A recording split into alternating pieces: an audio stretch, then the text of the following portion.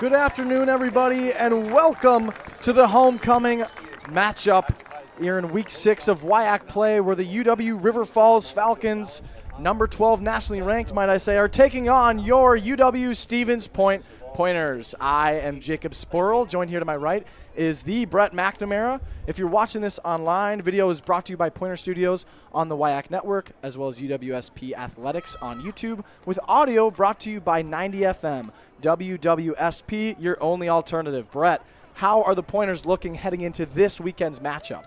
You know, coming off of, I would say, a rough loss against UW Whitewater, obviously losing 45-14. It wasn't a great matchup for the Pointers offensively in that first half. That second half, they played much better. So I'm hoping going into this one against a tough River Falls opponent where they crushed UW Platteville, one of the top teams in the WIAC. I'm hoping that they come out very strong, very hot offensively, and it carries over both halves.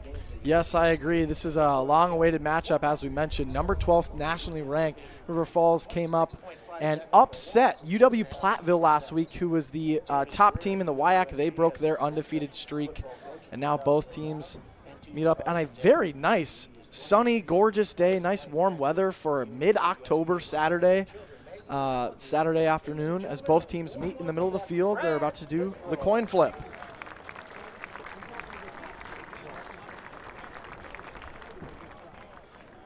Get ready here. Team captains are about to call their coin.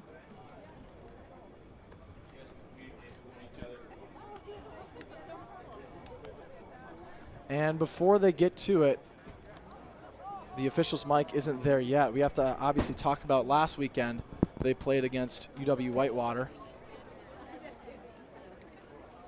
And looks like we're not getting any audio right now from the official's headset. Looks like he's trying to play with it right now, but obviously the coin flip occurred. We'll see the decision in a moment's notice.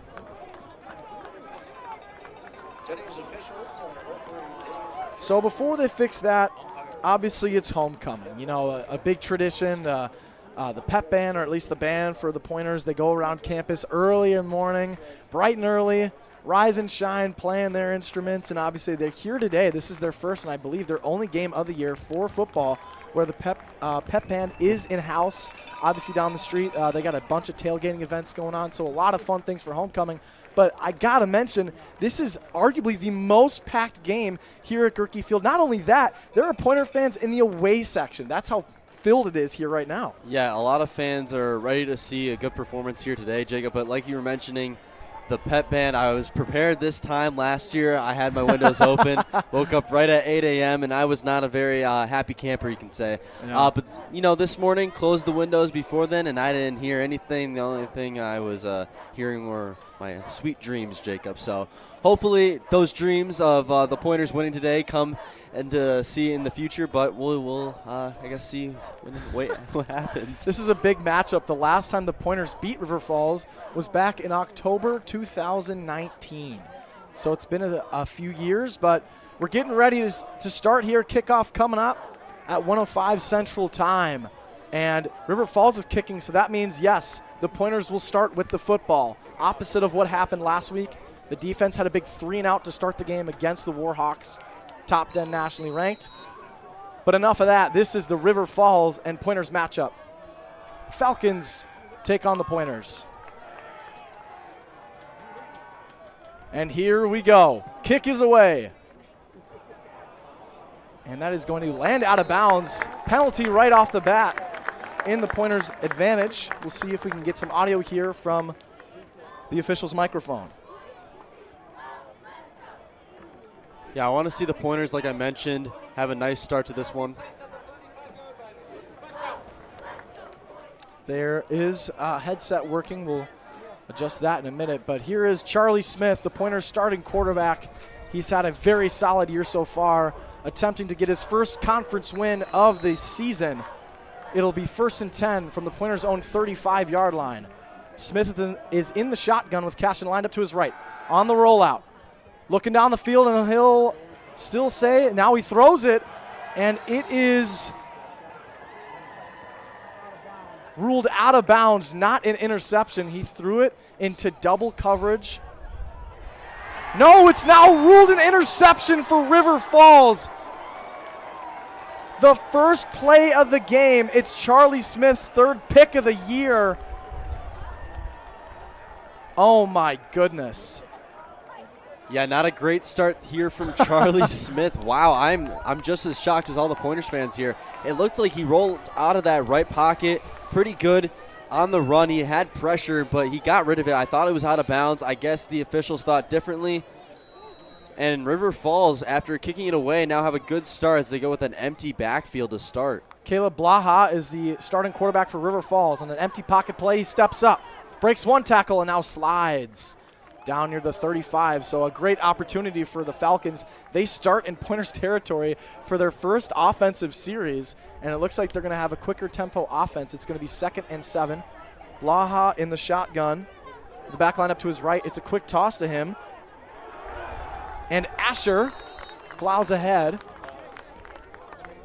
He will be short. Doesn't get much.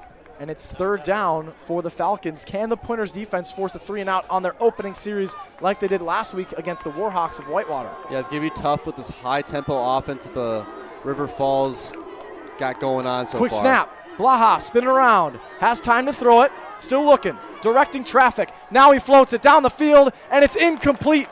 Too far in front of the intended receiver, and a 3-and-out is indeed forced by this Pointers defense. And I don't even have time to talk, Jacob, in between plays with this, like I was mentioning, this high-tempo offense that River Falls is currently going with.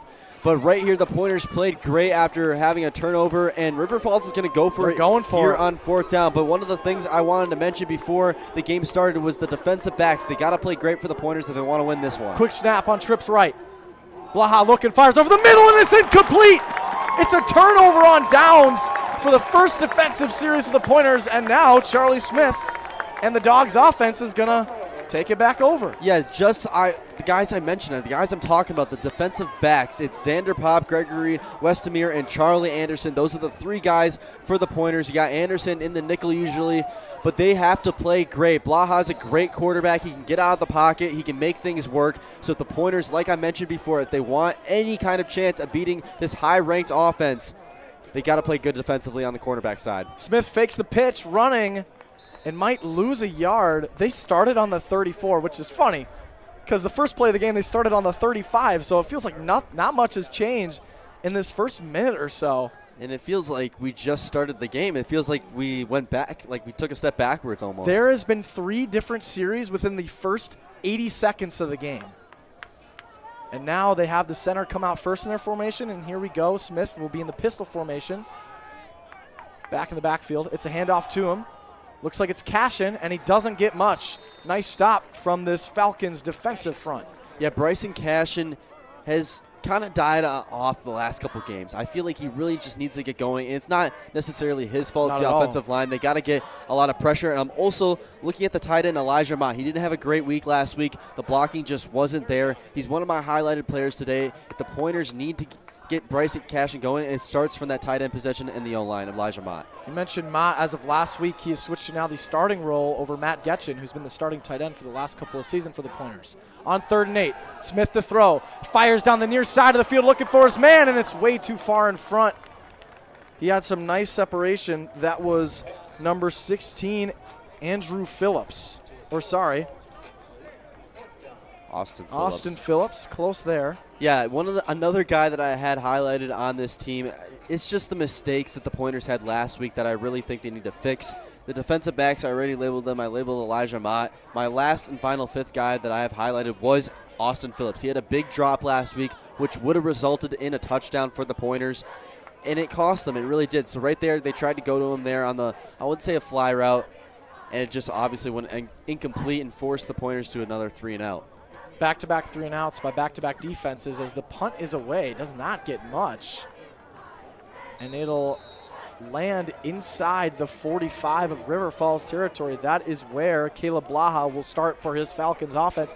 And once again, it's not as good a field position as the last series, but still back-to-back starting offensive possessions for River Falls, starting in phenomenal territory on the field. Yeah, Blaha, you saw it already on that first drive. He moves around that pocket. He's their leading rusher. He's obviously their leading passer.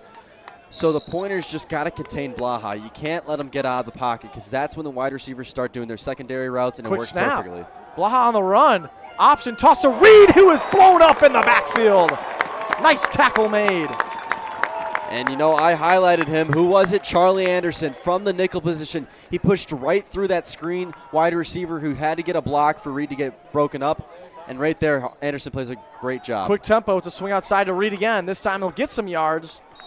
Not a ton as he's taken out of bounds.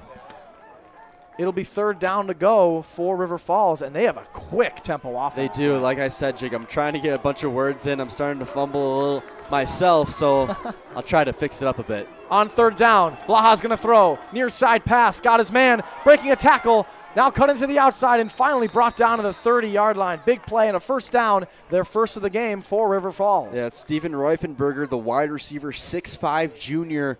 Got a little bit of separation there and forced a 1st down for River Falls, so nice job there on the comeback route. And they'll run it trips right again on the near side of the field. Empty backfield play for Blaha. Tried getting him on the hard count. And now they have a little time to adjust here. On 1st and 10 from the Pointers' 30-yard line. Blaha looking, stepping up, and now climbing as he runs and does not get a ton. Forced out there with some extra coverage. That was Gregory Westemere, the junior. Yeah, Blaha comes in 93 rushes, 552 yards, and 7 rushing touchdowns. Blaha, leading rusher, obviously, with Jalen Reed in that backfield as well. 11 minutes to go here in the first. It is a handoff. It's Jalen Reed again who finds a hole and is spun down near the 15. Not Jaden Reed, the wide receiver for the Packers, but Jalen Reed, the running back for the Falcons, and he's their number 2. Yeah, Jalen Reed, I really thought he had a touchdown easily there. It looks like green grass right in front of him, but somehow the Pointers came out of nowhere and made a great tackle. Obviously, it was a 1st down, but it stops a touchdown for River Falls. Great hole made by the left side of the offensive line for the Falcons. Quick toss to the far side, has a blocker, and gets about half the distance before being thrown down by a couple of Pointers. One of those was Xander Pop. Yeah, it was a bubble screen to the left side to Daniel Stokes, and as we hit the 10-minute mark in this first quarter, the Pointers just need to stop River Falls. Their high-tempo offense is working very well so far in this second drive. 2nd and 6 now in the red zone. They motion Reed outside. Baha to the end zone, finds his man for the touchdown. River Falls strikes first. Yeah, Ethan Cromie coming across a 10-yard in, and it was an easy touchdown. It really was. Blaha went through all of his progressions, found the wide-open wide receiver across the middle in the end zone. And a nice start here on their second drive by River Falls. You know, that first drive, Jacob, they obviously went 3 and out. The Pointers played great, but right there the defensive backs pretty much just gave them that easy score. Absolutely. Especially with that fast tempo offense that can quickly gas a defense. Extra point attempt incoming. Here's the snap and the hold. Kick is up, and it is good. 7-0 start with 5 minutes here into the first quarter. And now Charlie Smith and this Pointers offense, after 2 series and an interception, they need a response here, Brett. Yeah, I know that first possession wasn't the greatest. Obviously, for one play, it was an interception. But here on that second drive, it just, the pass, you obviously went incomplete. They tried to go passes all 3 downs except for one with Bryson Cashin. So the Pointers just got to come out aggressive. They really do. They need to get off the line of scrimmage. They need to play good football. And they just need to stick with River Falls as much as possible. Absolutely. After this, the Pointers will get a short break, but they have 2 more home games left in the season. Both will be in November. So you get 2 games a month at home. That's pretty nice. Most home games the Pointers have had in at least 5 years, I believe. River Falls sets up to prepare for their second kickoff of the game. 9:59 is the time that we have left here in the first quarter. Early 7-0 lead. Falcons over the Pointers. You think they avoid Bryson Cashin here in the kickoff? I would guess that would be the smart thing to do, and they do that. Return from inside the 5 and is brought down to the 20. Sorry, got tripped up a little bit. And nice play there on the River Falls special teams. Charlie Smith and the Pointers offense return to the field under 10 minutes to go in the first quarter. Yeah, Bradley Arndorfer, he was right there, right? Got to Cashin right away.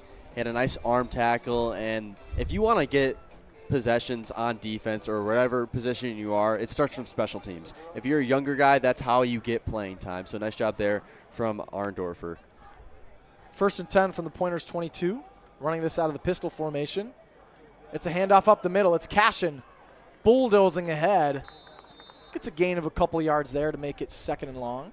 Yeah, he had a hole initially, and then it just closed up real quickly, Jacob. It just, the offensive line, they got off the line of scrimmage, and it looked pretty good, but then the linebackers just kind of collapsed. Crashed in and collapsed perfectly. So it was a gain of 4 for Bryson Cashin, longest carry of the game. So far, it's 2nd and 6, and they change it here. Originally, Smith lined up under center, but now he's in the shotgun with Cashin lined up to his left. Looking at the one-on-one on the outside here, Jacob. And looking that way, throws to an open man. He found his man, Wiechek, for the first down. Yeah, Braden Wiechek had great separation there. Nice route, and it wasn't your normal 10-yard out route. He kind of took a step inside, got that corner to jump, which created that separation. So a nice job there from Braden Wiechek and a good pass from Charlie Smith as they pick up their first down of the game. Absolutely. Breaking the huddle here. Now it's 1st and 10 from their own 40, the farthest they've gone on the field. Smith under center, Cash in the backfield. Now he stands up to make the audible. He cans the call. And it is a give up the middle to Cashin. Does not get much. Stuffed immediately by the Falcons defense. Yeah, usually when you audible a play, you think it's going to work better. Right there, River Falls read that perfectly. They knew exactly it was going to Cashin. I'm thinking what initially Charlie Smith saw was that it was going to go to a left on a sweep, and obviously the audible cancels that out, and it's just a straight handoff to Cashin. 2nd and 10, no gain there. It's going to be an empty backfield play to start. Yeah, for the Pointers. Got to watch the inside of the field here, Jacob. I'm thinking Cashin from the slot. Smith's going to look over there. On trips left. Looking to that side of the field, throws to Wiechek again with a short gain out of bounds at the 45-yard line, so it'll be 3rd and long for the Pointers. Yeah, Wiechek from Minocqua, Wisconsin. He plays great. He does play great football. He gets separation. He's probably the top wide receiver on this offense. So Smith, look to see him go to him quite a lot. You've already gone to him twice here. I know 3rd and 4 here. They have Phillips out on the outside, but they're going to go with that tight formation once again. Heading into this game, Wiechek was the leader in receiving yards for the Pointers. On 3rd and 4, Smith in the shotgun with the back line up to his left. Smith to pass, fires, and it's oh my goodness, it was dropped. He threw it right to the defender. I believe that was number 11, the defensive back, Andre Hall, a junior out of Cambridge, Minnesota. Yeah, the reason Smith had to get rid of that ball so quickly, it was pretty much 7 guys blitzing Charlie Smith. It was one-on-one coverage on the outside. You had 3 wide receivers to the right, and Smith just decided to go to Andrew Miller, and it was almost intercepted. So now the Pointers go once again from not even crossing the 50. This will be their 2nd punt attempt of the game on 4th and 4 on towards midfield. So River Falls expecting to get their worst field position of the game, barring a good return. It was a high snap there, punt away. Fair catch called. Now they'll let it bounce, and the Pointers will stop the roll at the 5-yard line. So by far the Falcons' worst field position to start on one of their offensive drives. They'll start from the 5. Yeah, much better punt here from the Pointers punter. It's Dakota Stroud. He didn't have a great punt that first time on that last drive. This time he gets it high in the air and pins them right inside the 5-yard line. So if I'm the Pointers, you can't allow a touchdown here. You got to stop River Falls. The momentum's on their side, and it starts from the corners. Blaha's going to roll out of the pocket. He's going to try and find his open wide receivers, and they do a great job getting open. I'm noticing it looks like the Falcons are starting their 3rd running back of the game, Ashton Quaid, the junior. First play here, it's a handoff to Quaid, and he is given nothing. Brought down to the 1. Brought down at the 1, extremely close to a safety, and already the Falcons are in a very dangerous position. They're going to call it at the 3, so they set forward momentum. Yep. You're right. Forward momentum, still a loss of yards, a TFL for the Pointers defense. 2nd and 12, and Blaha is going to have to take this out of the end zone. So if I'm Blaha here, you can't run around. You don't have much space to be running around. You got to make quick throws. If you're going to throw the football, it's got to be a quick throw. It's got to be a quick decision. You got to know who you're going to. It's got to be snap, snap, throw. And he is going to run it. Finds a hole. Here goes Blaha. Cuts outside to the 30, to the 40, past midfield, and is finally brought down into Pointers territory. He's got speed. What a play call there, Jacob. The last thing the Pointers defense was expecting was a QB draw, and Blaha caught them perfectly off guard. Went right up that left gap and broke all the way through past that middle field logo, and now they're inside Pointers territory in the blink of an eye. Oh, my goodness, Brett. Quick snap here on first down. Quick toss to the outside. That's Quaid, the third string. And he's brought down with a very short gain. They might give him 2 at the most. And that's just something that just can't happen to the Pointers. You had a perfect chance to get a big stop inside the 5-yard line, and you let up a big play. It's just something you can't see out of any football team. Quick snap. Blaha to the far side. Has a man open, but won't get enough. Nice tackle made by the Pointers. And it's starting to show why Blaha is such a great quarterback. He does everything perfectly so far. I haven't seen one mistake from Blaha once. 3rd and short. 3rd and 5 to go. Empty backfield play. Almost got a man to jump on the Pointers defense, but he didn't cross the line of scrimmage. And I'm watching Blaha. He's going to roll out to the right here. I guarantee it, Jacob. He's going to try and find a wide receiver. Has not rolled out yet. He's going deep. Got a man open. Wide open. No. The ball came out. He fumbled. And it's recovered by the Pointers. Was he marked down at the 1? Still awaiting the call.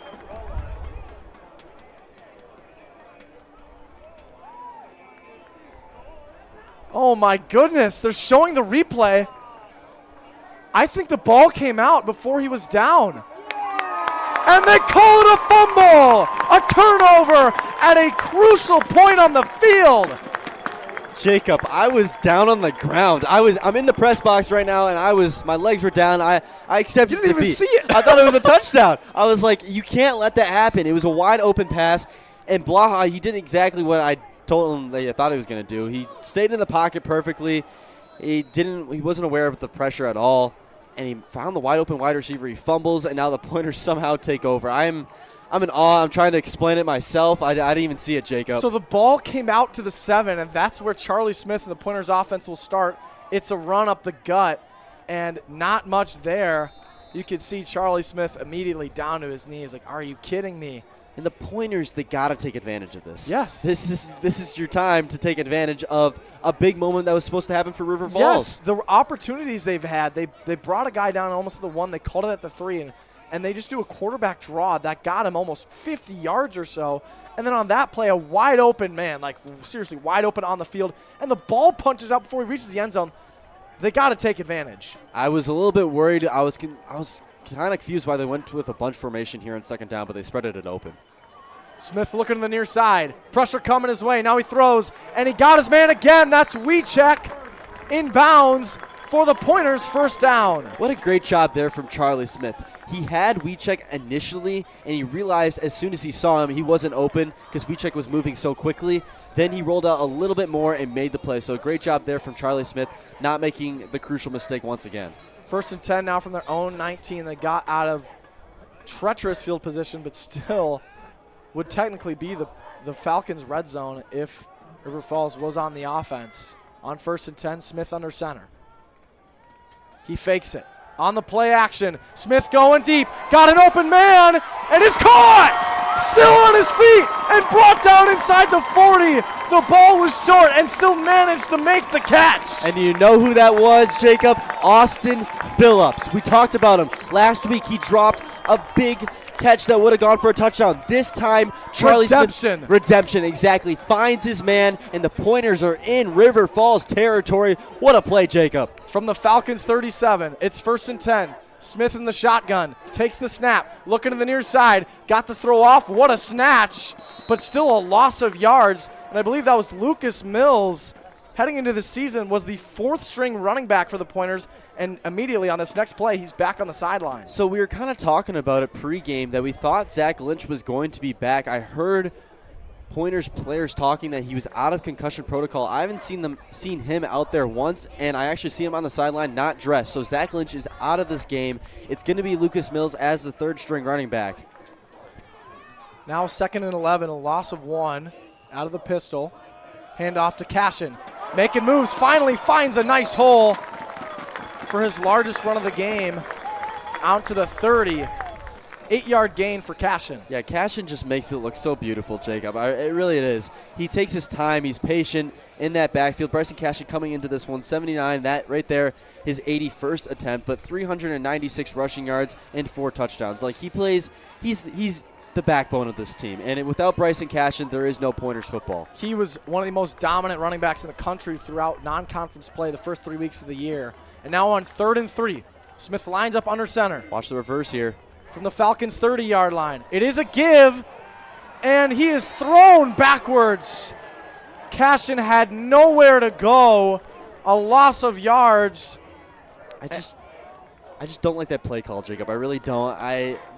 You've seen it the last couple weeks that the bunch formation hasn't really worked. And Smith is staying on the field. It looks like the Pointers are going to go for this on 4th down.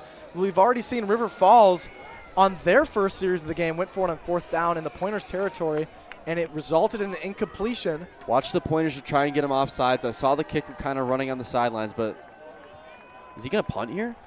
He might be. He's lined up far back, and he will punt. Ooh, it was close to being blocked, but it's a short punt. Lands inside the 10, and that is where the ball will be spotted. I actually like the play call because, I mean, you get another chance. It's only a 7-0 game. It's not like the game is out of reach. Even though I would have liked the risky move personally, you still have a lot for your defense to stop them from. And I'm just kind of confused, Jacob. I'm going to be honest. I've seen high school kickers make that kind of field goal. That's only a 40-yard kick. It's not completely out of realistic possibility. So I just don't understand why you can't even go for an attempt there. On 1st and 10 from the 12. It is a handoff. And up to the 15-yard line is the back. I believe that was Quaid once more. You got to contain Blaha. No, that was Trevor Asher. Sorry, Jacob. I didn't mean to. You're all good. Step inside. Yeah, but like, Blaha's got to play. Quick they snap. Got to get to Blaha. Outside run. It's Asher again, and he's got nowhere to go. Met up and thrown down inside the 15. No gain will be the call. Yeah, nice job there from the Pointers as we roll under a minute here in this in this first quarter. 40 seconds remaining. 3rd and 6. Empty backfield play. Bunch right. But Blaha looking to the far side, throws over the middle. It is caught, and that will be a 1st down through a dime up the seam. And the Falcons push the sticks. That might have been the final play of the first quarter. It doesn't look like they're going fast tempo here. With 10 seconds and counting, they line up on the ball. They might try to get the Pointers to jump off sides. Now 5 seconds and counting. 3 seconds. They motion. The snap is good. Blaha pumps. Now he throws. Open man to the 40. And thrown down. A big 1st down for the Falcons to close the first and head into the second. And right there, the Pointers were just not ready for it. They had a wide open wide receiver. And I don't know what they're doing. The quarter's over. I don't think the officials were at first aware because they still have the ball lined up on that side of the field. It should be on the Pointer side of the field, but they'll fix that without a doubt. Brett, you can take a look at some WIAC scores here in a minute, but really quick, I just want to point out that the Falcons and the Pointers have taken on each other many times before, but the Pointers have actually won 14 games against the Falcons, and River Falls has won 12. So the Pointers lead in that side of the point differential in total wins versus each other. The home records are interesting.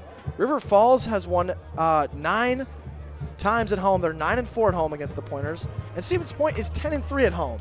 Meaning, yes, the last several years, these last 5 years or so that they've played River Falls, all of those home losses were their first. Before the COVID era, Point had not lost a home game to the Falcons. So obviously that is slightly new information to them. Yeah, as we look over to those WIAC scores, Jacob, UW Platteville currently leading UW La Crosse 14-7, and then over to Eau Claire and Oshkosh at Oshkosh. It's currently 0-0 after 1. Blaha's averaging 22 yards a pass after the first quarter. Or sorry, averaged 22 yards a run. That was obviously by way of that major run. But now it's 1st and 10. First play of the second quarter. It'll be a handoff. Bouncing through tackles and getting into the second level. That is Asher. So I was trying to mention before is Blaha's pretty much the highlight of this offense, obviously. The Pointers, they got to just create as much pressure as possible. Quick tempo again on 2nd and 4. Play fake and a quick toss. Spins out of one tackle, trying to evade again. But thrown down, it looks like the man will be just short. No, they give him the first down. So here's the adjustment I'm making, Jacob. You know Blaha's going to either A, roll out of the pocket where you're not going to be able to create pressure, or B, he's going to throw it quickly. So I'm thinking add an extra cornerback out there and take a defensive lineman off. Because currently you had 4 rushers. It looks like they're doing it here actually with 3. 1st and 10 now from the Pointers 47. They're on their side of the field. Blaha's in the shotgun with the back lined up to his right. Tried getting him on the hard count, but this Pointers defense is disciplined in that aspect of the game. It's going to be a zone coverage here, Jacob. Quick snap. It's a handoff again. Here's Asher into the second level and a gain of almost 10. What a rush. That is the Falcons' premier back, Trevor Asher, the sophomore out of Elmwood, Wisconsin. And it's quick tempo again. After the gain of 9, it's 2nd and 1. Back runs to Asher, but this time he runs into a wall, but they still give him just enough for the first down. Yeah, Asher's been playing great so far here. He's the 3rd-string running back, like you've mentioned, Jacob, as he comes out now. But, yeah, he's been playing great so far. Absolutely. Both teams make several substitutions.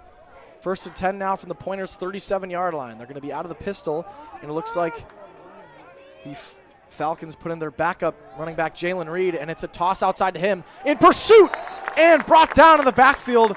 Another TFL. That's the Pointers' 3rd of the game defensively, so they have made some plays in this backfield. Yeah, Joe Barron's right from that inside linebacker spot. He sniffed it out perfectly. He really did. He had Reed wide open, but Barron's, if it wasn't for him, that would have easily gone for at least a first down. Pointers got 3 defensive linemen lined up. It's trips right for the Falcons. Empty backfield play. Blaha, far side, and it's dropped. He had a wide open man. It was his backup running back, Jalen Reed, who is the back that's used a lot more in the passing game, but that incompletion forces 3rd and 11. Yeah, Jalen Reed, you kind of see it as, I want to go really in the past years, Tyler Irvin kind of. He's out of the swing pass offense where he gets him going as the refs blow it here quick, but no, they're going to go with it. They're just checking something. They line up Jalen Reed as the back. Line up on the very far side, the near side of the field. Quick snap. On 3rd down, blitz coming. Blaha gets the throw off. He found an open man, and he will get the first down. Yeah. That was number 2 for the Falcons, Ben Wesolowski. Yeah, Wesolowski able to come back on that 10-yard in route, and I really thought it was a screen pass. The way that Blaha was backing up, I thought somebody was going to come across the middle. Nobody showed up, but he made a great play. New set of sticks. Handoff. Jalen Reed's got moves and is tripped up inside the 20. Nice gain, though, of about 8 yards, so it'll be 2nd and short. And the quick tempo offense comes to a temporary halt as they have some substitutions on the field. They take out Ben Wesolowski, who caught that big first down pass 2 plays ago on 2nd and 2. Blaha, pressure coming, throws for the end zone, and it is broken up. No flags. There was some contact there. I don't know, but they didn't call it, so it's now 3rd down once more for River Falls. Yeah, I don't know what you're talking about, Jacob. That looks pretty clean from Paul Morris. Our guy, Paul Morris, we talk about him a lot. He had a good coverage there. Yeah, he had great coverage there, and it forced incompletion. It's 3rd down now for Blaha. Quick snap. Blaha to the near side. Got a man open, and an easy first. Spun down inside the 15. The Falcons have been driving as they're now getting semi-deep into the red zone. They're going to hurry this up once more. And that's just what Blaha does so well. He picks and chooses when he's going to throw it quickly. Right there, he goes to go quickly, and nice job. From the 12, it's a give. Here's Asher. Or no, not even. That's their third string. That's Ashton Quaid. And he didn't get much. They'll give him 3 yards, so it'll be second down. Yeah, a thing that River Falls does so well too is that they have a lot of personnel. They got really good depth. So with 2 wide receivers now on the right here, I want to see River Falls trying to go to something in the middle. Play fake. Toss the near side. And the ball comes out. That's a fumble. It's recovered by the Pointers. Oh my goodness. Back to back. Goal to goal. Red zone fumbles from the Falcons. Sorry, not back to back, but still 2 in the opening half. Are you kidding? And that's the highlight player of the game, Jack Leducky. He was the initial contact there, popping the ball out for River Falls. And like you mentioned before, back-to-back possessions inside the red zone. They fumble here. And the Pointers at this point are just getting bailed out, Jacob. It could be easily 21-0. It's still 7-0. Under 11 minutes now in the second quarter. Hey, that's the type of plays that make victories, brother. Now in the shotgun, in the pistol, it's a handoff up the middle. I believe that's Zach Lynch. Breaking tackles and finally brought down. Reed Smith there with a nice carry. Yes, Reed Smith is the back. Yeah, Zach Lynch out of this one. Reed Smith, we kind of haven't talked about him the last couple weeks. He's not been in this offense as much as he used to be, but supposed to be the back too. I know, but we've seen a lot of Lucas Mills. So the Pointers, they have their own depth. Obviously, running back is one of the big ones, but wide receiver, they kind of stick with the same guys. Weechek, Westemere, and now Cashin goes in that Wildcat formation. 2nd and 6 from their own 12. You said on the Wildcat, Cashin is stuffed. He had no time. Guy came unblocked. Something was messed up there on the protection scheme, and now it is 3rd and 7. They'll count as a sack since Cashin counted as the quarterback on that play and ran. Yeah, Jacob, I just don't see why the Pointers keep on trying to work in a running game here. It just hasn't been working. Obviously, they start with a bunch formation here, and now they go with the pass. Spread wide open, wide out. 3rd and 7 from the 11. Smith steps up, pressure from behind, and he is sacked. He didn't see him coming. That was number 47 for the Falcons, Levi Bolstad, the sophomore out of Onalaska, Wisconsin. Yeah, nice job there from River Falls. Getting to the quarterback once again. They got to Cashin last play. This play, they get to Charlie Smith, and once again, the Pointers are just trying to make something out of nothing. It's not working running-wise. The passing game has been pretty good here so far, Jacob. I would agree. They got a punt, though, deep from their own territory. River Falls showing pressure now. They back off. Punt is away. Got some nice distance. And out of the hands. That's a live ball. And they run into each other. Oh, my goodness. Both the River Falls players ran into each other. That had a chance to be technically the 3rd fumble loss of the game, but they land back on it. And there's just a couple mental errors. That's the reason. Even though they're dominating on both sides, this is still a 7-0 game. Yeah, the Pointers have a really good chance here, Jacob. They've been playing pretty decently so far both ways. They just could be better. And that's pretty much the face of their, I don't want to say franchise. It's not a franchise, but face of their team. They could always be playing better. They obviously, on the quick snap, how to cut off my statement, as Blaha climbs the pocket, runs, breaks a tackle, and finally brought down. I'm always watching now for a potential fumble. I've seen it from a couple players. The ball is not always tucked by ball carriers in the River Falls offense, and they've already fumbled the ball twice in the opening half on the play fake on 2nd down. Toss to the outside, got a man, nice block, and brought down inside the 45, now in Pointers territory, and it's a 1st down for the Falcons. It's like that red route on Madden, Jacob. He throws to it every single time. It's his first option, and Blaha does that so perfectly that he knows what's going on each play. In the shotgun, Blaha takes a snap on 1st down. Fires to an open man on the outside. It is caught. A gain of about 7 yards before being reeled down. Nice tackle there. Made, I believe, that was number 35, Ethan Bump. Sophomore from Eau Claire, Wisconsin, and now it is 2nd and 2. Play fake. Quick toss, far side, got a man again. Another 1st down. He's targeted him a lot today. That's Ben Wazalowski. And The Pointers just don't have time to adjust to anything. With this high-tempo offense, it's quick, it's fast, it's efficient. They're doing great so far, and it's been a lot of no guys in the backfield either. So it's quick throws from Blaha. It's step, step, read, and every single play is just working out in their favor, Jacob. Just over 7 minutes to go in the first half. River Falls up 7-0 over the Pointers here on the homecoming game. Quick snap, quick toss. Dropped it in the bucket. There was a Pointer right there, but once again, he's targeted him a ton. It's Wazalowski. Yeah, he's been one of their top guys. He really has. He gets open, and I don't blame Blaha for not going away from him. Quick snap. It's a run. Getting into the second level, I believe that's Quaid once more. No, it was Asher, their lead back. Trevor Asher. And they sprinkle in that run game here and there, but it's the passing game that's really taking them to the promised land, you can say, Jacob. Quick toss again. Looks like he'll get the first down, and that is absolutely what has crushed the Pointers defensively, especially in their first WIAC game, Platteville. They did those type of plays, quick toss the outside, swing plays, outs. That's what killed him. I was on the sidelines. And I'm looking at the side. Blake Rohr, he's one-on-one. Eventually, Blaha's going to go to him. Play fake. Thrown that way to the end zone. Broken up.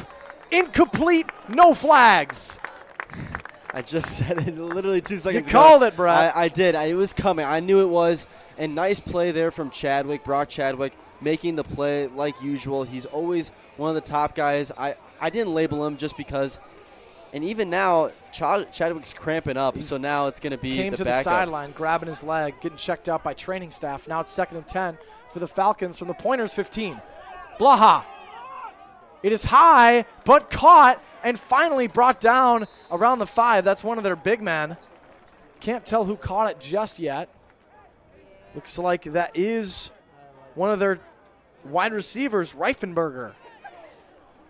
Yeah, nice job there from Blaha finding the open wide receiver once again. Now it's 1st and goal from the 5. And it's going to be a run for Blaha with a rushing touchdown for the Falcons. And I just really wondered, Jacob, what the Falcons would do without Blake Blaha as their quarterback. He does it all around the field. Whether it's passing, it's running, or just finding the open man in general. He's just so efficient, and he's been perfect so far in this game. No mistakes from Blaha, not at least yet. Ton of rushing yards, ton of passing yards, now a rushing touchdown, and he had a receiving touchdown. About to attempt the extra point. The kick is up, and it is good. River Falls takes the lead 14-0 over the Pointers here with about 5.5 minutes left in the opening half. And obviously the Pointers are going to need to make some adjustments at halftime, but this is a game that's far from over. Plenty of game to be played. It's only a 2-possession game, and any team can come back from it. It's very early, but also offensively they have the potential. We've seen the deep balls. We've seen some nice runs. They've improved in the run game as this first half has gone by. Still many improvements to be made, but I mean, what do you think the Pointers really need to do offensively to capitalize and put some points on the board here, Brett? I'm going to be honest, Jacob, you got to go away from the run game. The run game just doesn't work anymore. It worked in those first 3 games pretty efficiently. I mean, obviously you beat St. Norbert pretty good with that. And then going to Pacific, it was also Bryson Cash and Zach Lynch and Reed Smith. But right now, it's only Bryson Cash and running-wise. You have to go to the throwing game because Braden Wiechek is getting open a lot. And it's working on the Pointers' favor. So I think if you go to that passing game a lot more, a little bit of a spread offense, it's going to work in your favor. Yeah, I would partially agree with that. I believe the Pointers obviously will need to rely on some runs, but they've run a lot of their first down and second down plays through the run game and not through the pass game. And I do agree that has been a bit of a hindrance. They should try it more to the out route, but I understand why the run game isn't working, and also why they're not going for the deep ball as well a ton is because River Falls has some big dudes in those front 4. River Falls, 3rd kickoff of the game, down the field, 5.5 minutes left, and it'll roll into the end zone for a touchback. So Charlie Smith and this Pointer squad will start from the 25-yard line. And the Pointers always end up doing good when Charlie Smith's in that pocket. Once he gets out of the pocket, compared to River Falls, usually the wide receivers for River Falls can try and find a way to get open. The Pointers don't necessarily do that. So Charlie Smith's got to find his wide receivers right away. He's got to take notes from Blaha. Blaha's doing it great so far. He's finding his wide receivers right away, who he's going to throw to. So Smith's got to look to see who's going to be the open one. River Falls show blitz on 1st and 10 from the 25. Handoff up the middle. And a decent run there. That's not Cashin. That's Reed Smith. Doesn't get much, though. They only give him a yard. And the last thing you want to do here on 2nd and 9 is to go back to the run. If they go back to a run here with Bryson Cashin in that bunch formation, that wing T, it's just I just don't see the Pointers in a way where they can win this one. Now 2nd and 9 after the gain of only 1. They're running this out of the pistol. Smith remains the back. It's a play fake. Pressure coming. Ball is batted, and it's intercepted. Look at this. A pick 6 for the Falcons. And that was a gimme, Jacob. Smith got absolutely obliterated behind the line of scrimmage, and he just had to make something out of nothing. Not the right decision there to just let it go, and it was picked off for the touchdown by the inside linebacker. It was Noah Nussbaum, the freshman, making the play. And that was the WIAC Player of the Week last week. This freshman linebacker has made his name known around the WIAC Conference, and look at that. Just had a pick 6 in this game. A defensive touchdown. You don't see it much from the linebacker position, so a great play. And already it's now 20-0. Extra point on the way. Kick is good. 21-0. Falcons over the Pointers. Under 5 minutes to go in the first half. Yeah, just very unfortunate for the Dogs. They just can't get anything right. It seems like Charlie Smith has 2 interceptions now on the day, only in the first half. He had 2 coming into this one, Jacob. So just not great from Charlie Smith. I just need to see something better out of him.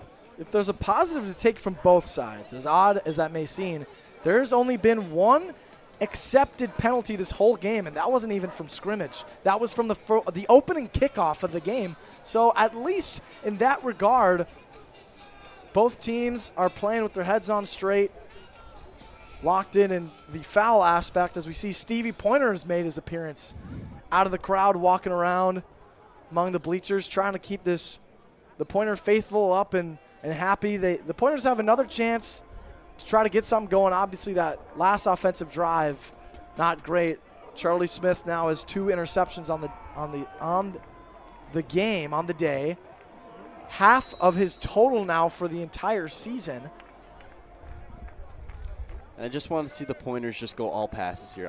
You got to change something up. Yeah, but they got to get a chip block in, because that heavy pressure is what ended up very true, resulting in a pick 6. They're going to return this. It's by way of Cashin inside the 5, and he's thrown down inside the 10. Special teams matters.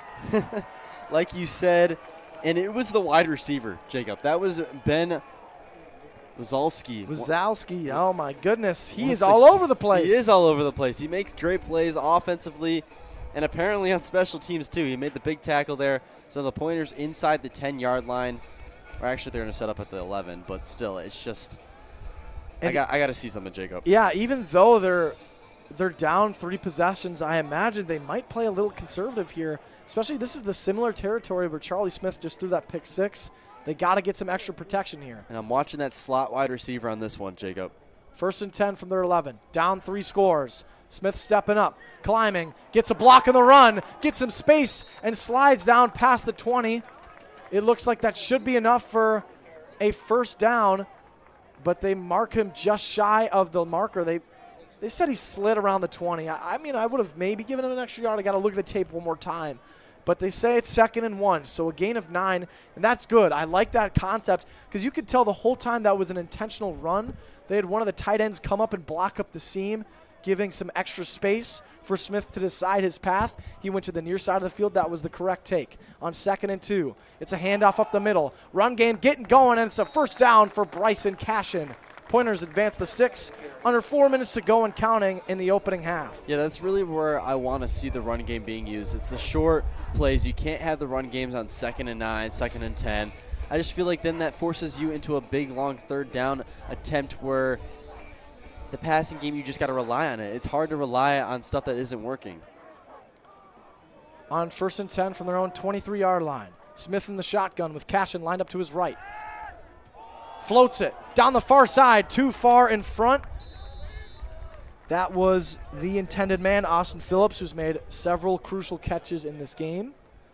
And, you know, that looked pretty similar to last week. He found the same route, same type of throw to Austin Phillips, but it was right to him. That was in the opening drive for the Pointers against Whitewater, and he dropped it. That time, that wasn't on him. The throw was too far in front, but we already mentioned it earlier. Phillips has redeemed himself in this game for sure. He has, and this offense looks exactly like that first half offense against Whitewater. 2nd and 10. Smith going to try to run it. Has to bounce it to the outside. He got nothing. Absolutely nothing. It is ruled as a sack. Another one for this River Falls defense, and now it's 3rd and 14, a loss of 4 on the play. And that's kind of the plays I'm talking about, Jacob. I feel like that's a pretty good example. It was a quarterback draw from the beginning, as the Pointers are going to call a timeout here. But still, it's just, you can't have that on 2nd and 10. I just feel like that's not the right play call. And now you're backed up to 3rd and 14, where a drive where you pretty much need to score. I would just like to mention the away stands, or the away side of the field. The crowd is absolutely bumping. There's so many seats filled right now. A lot of River Falls fans, but also Pointers faithful. This is one of the highest attended games in Gerke Field in the last several years, and you love to see it on homecoming. And obviously the Pointers are still looking for their first WIAC win in several years, especially the first one of this season. And you know it's going to be a tough one against number 12 nationally ranked River Falls. And also something I'd like to mention, currently 6 of the 8 teams in the WIAC are top 20 nationally ranked. That's crazy. Are you kidding me?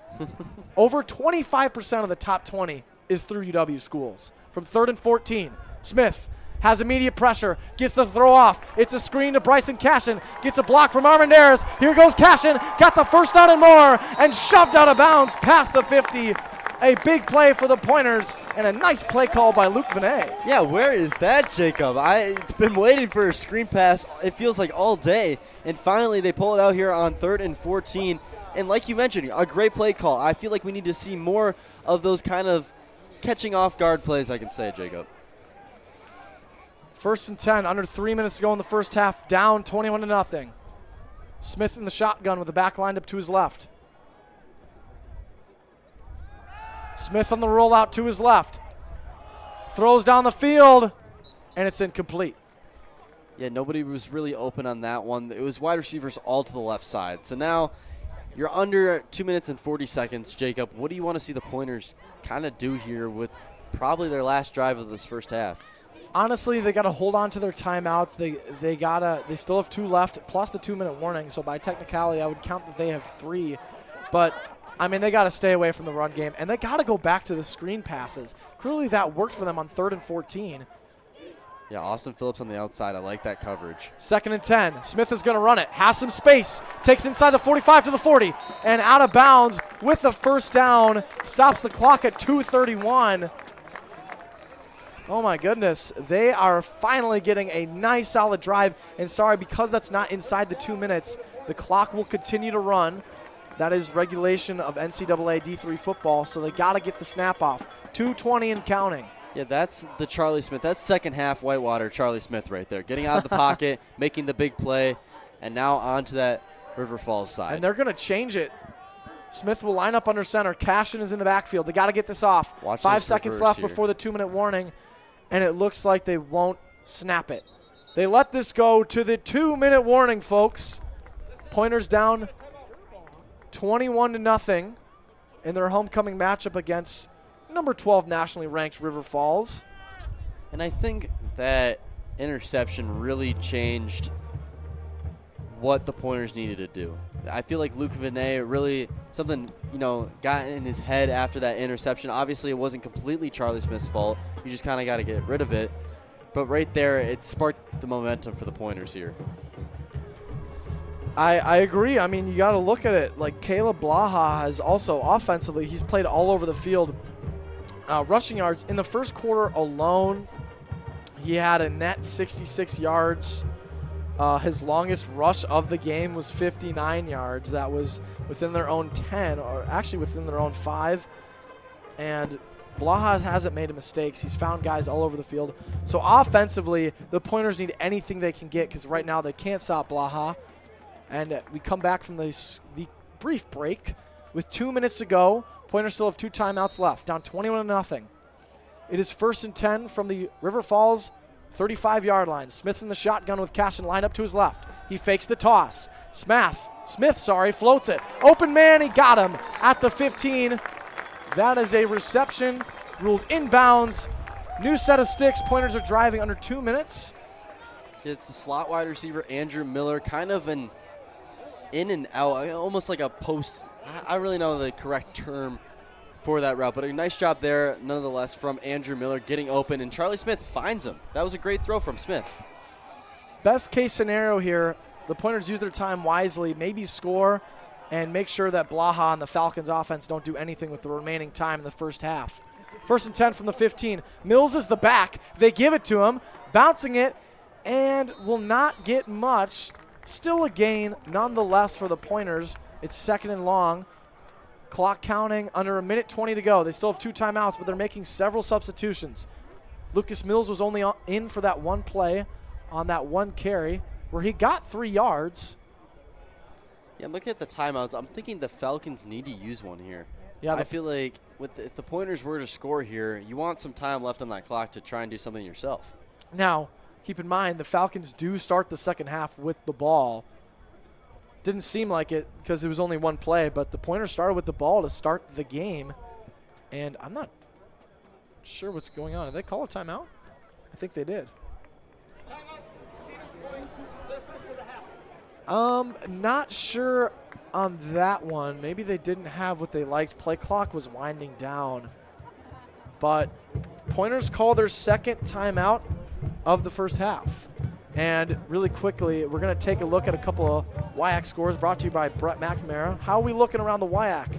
Well, over on the Eau Claire and Oshkosh side, it's currently 7-0 UW Oshkosh. And once again, I'm going to go with that narrative that this WIAC is wide open to whoever can win it, whether it's going to be Whitewater, La Crosse, Platteville, River Falls. It's currently 7-21 UW Platteville over La Crosse. Wow, Yes. Platteville beating La Crosse. Yes. La Crosse is undefeated heading into this week at 4-0. They've played one less game than everyone else in the conference. That is sensational. But we're back to this game. 47 seconds left. One timeout. It's a fake. Smith with pressure. Open. Floats it to an open man, and it was short. He had him wide open, and he threw it short of him. It resulted in incompletion. The clock stops with 42 seconds left. It'll be 3rd and 7 from the 12-yard line. Oh, my goodness. Yeah, he had the wide open backup tight end. That was Matt Getchen. Or Matt Getchen, yes. And he was the starting tight end heading into this season. He was last season as well. So that switch-up was made as of last week. Elijah Mott is the new starting tight end, but they targeted Getchen there. And unfortunately, the throw was short. So on 3rd and 7 from the 12, Smith in the shotgun. Cashin lined up to his right. Smith fires. Caught! Touchdown, Pointers! It's the man, the myth, the legend, Braden Weecheck. Love that man. Kind of a longer slant there, not your initial or your kind of normal slant. 5 yards and in. Nice job there from Smith finding the open wide receiver. And the Pointers finally get on the board as we are almost at halftime. Some first half points. You love to see it. Make it a 2-possession game, and he found Weecheck, the leading receiver of the Pointer team,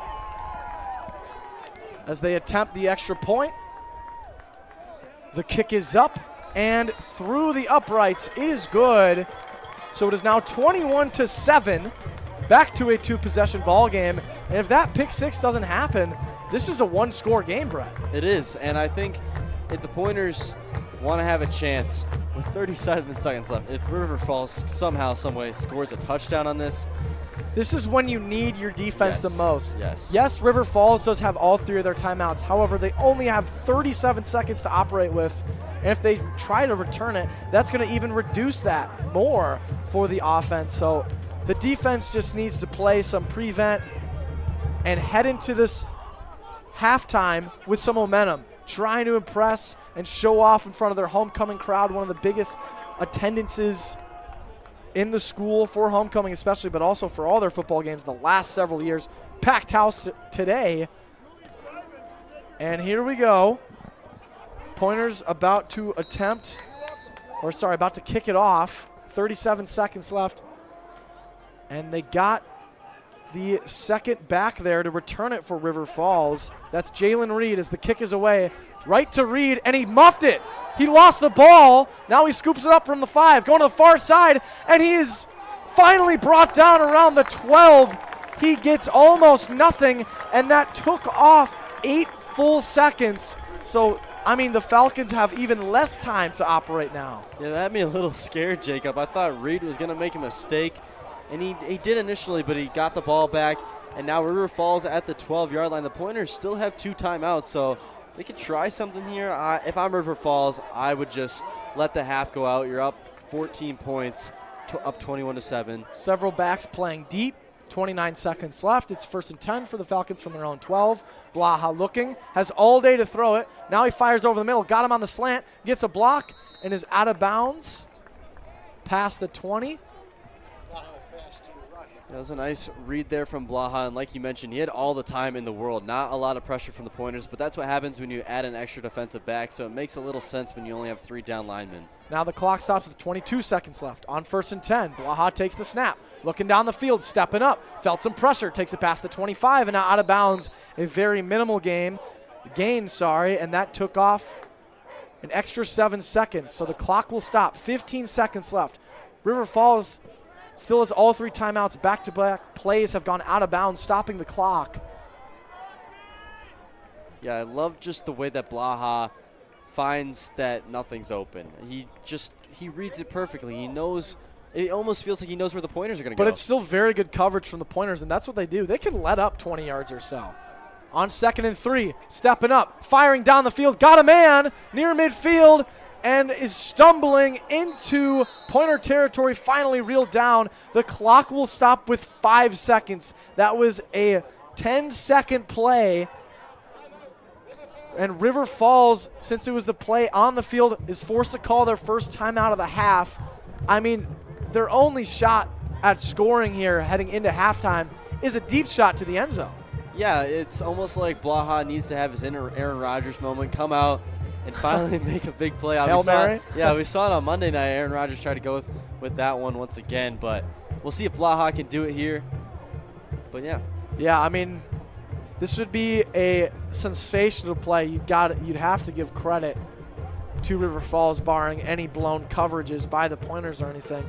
But I think, realistically, at the very most, the Falcons have 2 plays to work with within 5 seconds. But that is just a quick out to stop the clock, and I don't imagine, as efficient as Blaha has been, 5 seconds. I imagine this is going to be the final play of the first half. We're keeping it eventful, and the defense sends everyone back.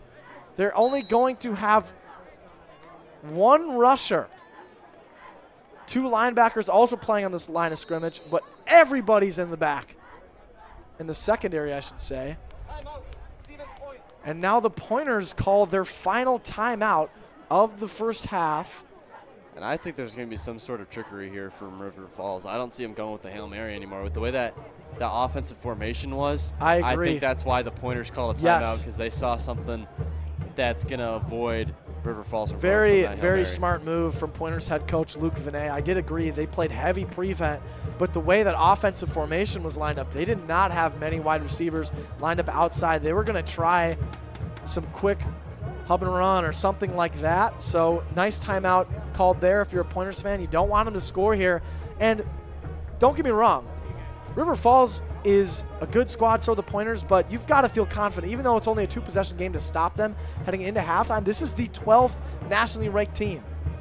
Yes, it is. They are still a great football team. So the River Falls Falcons right now going with a stack formation.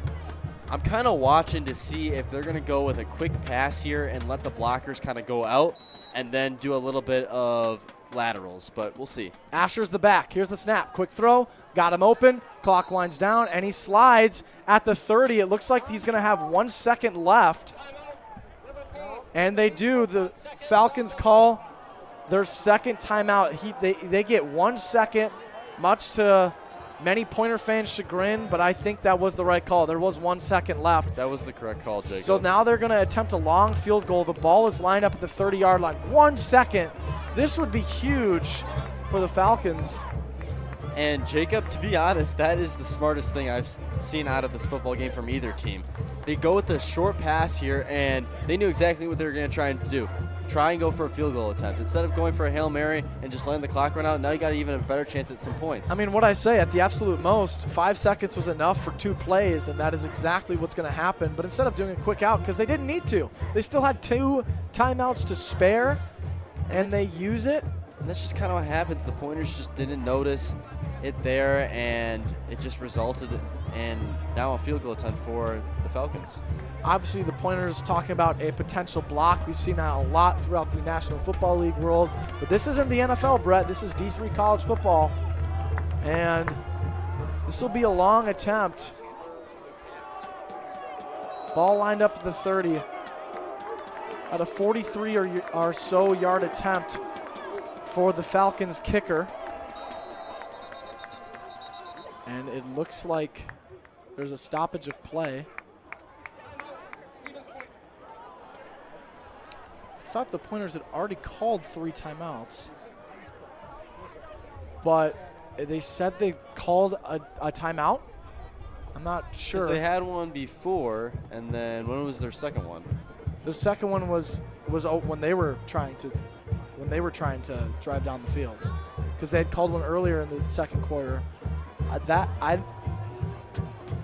not sure, but they gave him the timeout, so maybe I miscounted. Did the Pointers really get 4 timeouts? Did they get away with? I don't think so. We're just gonna say they call their. Let's look at the game film. Yeah, we got to look at the footage. We're not making any official statements. There was probably 3 timeouts. I miscounted. So that was the third and final timeout called for the Pointers. And down 21-7, the Falcons are about to attempt the kick. I believe that's, let's see, who's the kicker that's out there. It looks like it's Sherbel.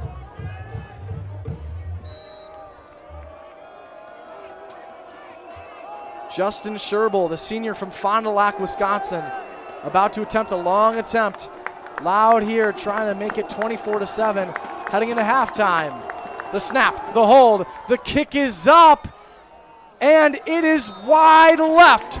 No good, and this remains a 21-7 game. The Pointers really needed that one. If that went through, I just don't see how the Pointers make a comeback. But right here, nice job there. Absolutely.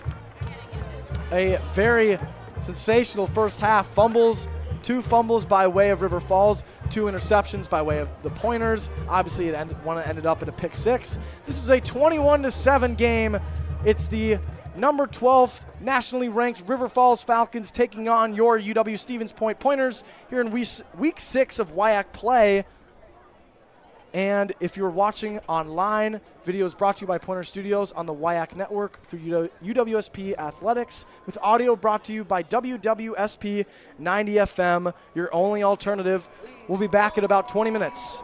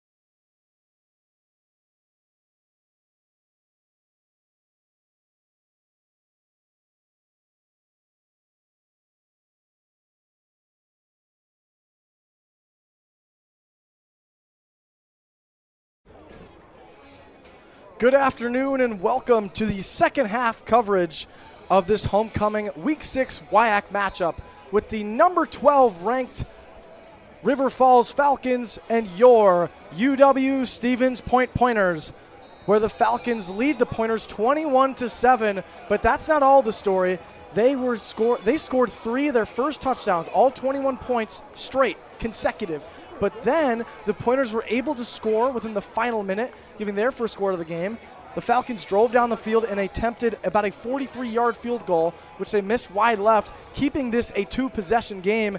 And the Pointers have gained a little bit of momentum, I'd say, heading into the second half, Brett. And just a quick reminder, I am Jacob Spurl. Joined here to my right is Brett McNamara for color commentary. If you're watching this online, video is brought to you by Pointer Studios to the WIAC Network, as well as on UWSP Athletics page, with audio brought to you by UWSP 90 FM, your only alternative. Now, Brett, do you want to talk about the Pointers? Yeah, for the Pointers side, the turnovers have really helped them to where they are right now. They're down only by 14 points. It could be a lot worse, Jacob. I mean, they have had a couple turnovers themselves, and that's helped the Falcons. But on the Pointers side, like I've mentioned, if there's no fumbles, then this wouldn't be a 14-point game. Yeah, both of those Falcons fumbles came within the red zone. Specifically, that first one was a fumble at the 1-yard line. It would have been a wide-open touchdown, but a punch was made. The ball was recovered at the 7, so it came out of the end zone. Either way, great defensive play. Charlie Smith on the offense for the Pointers has thrown 2 interceptions, one of which resulted in a pick 6. That was how the Falcons got to 21 points. But that was first half football. To start the second half, the Pointers are going to kick it off, and the Falcons will start by way of Caleb Blaha. He has 86 rushing yards in this game, including a rushing touchdown.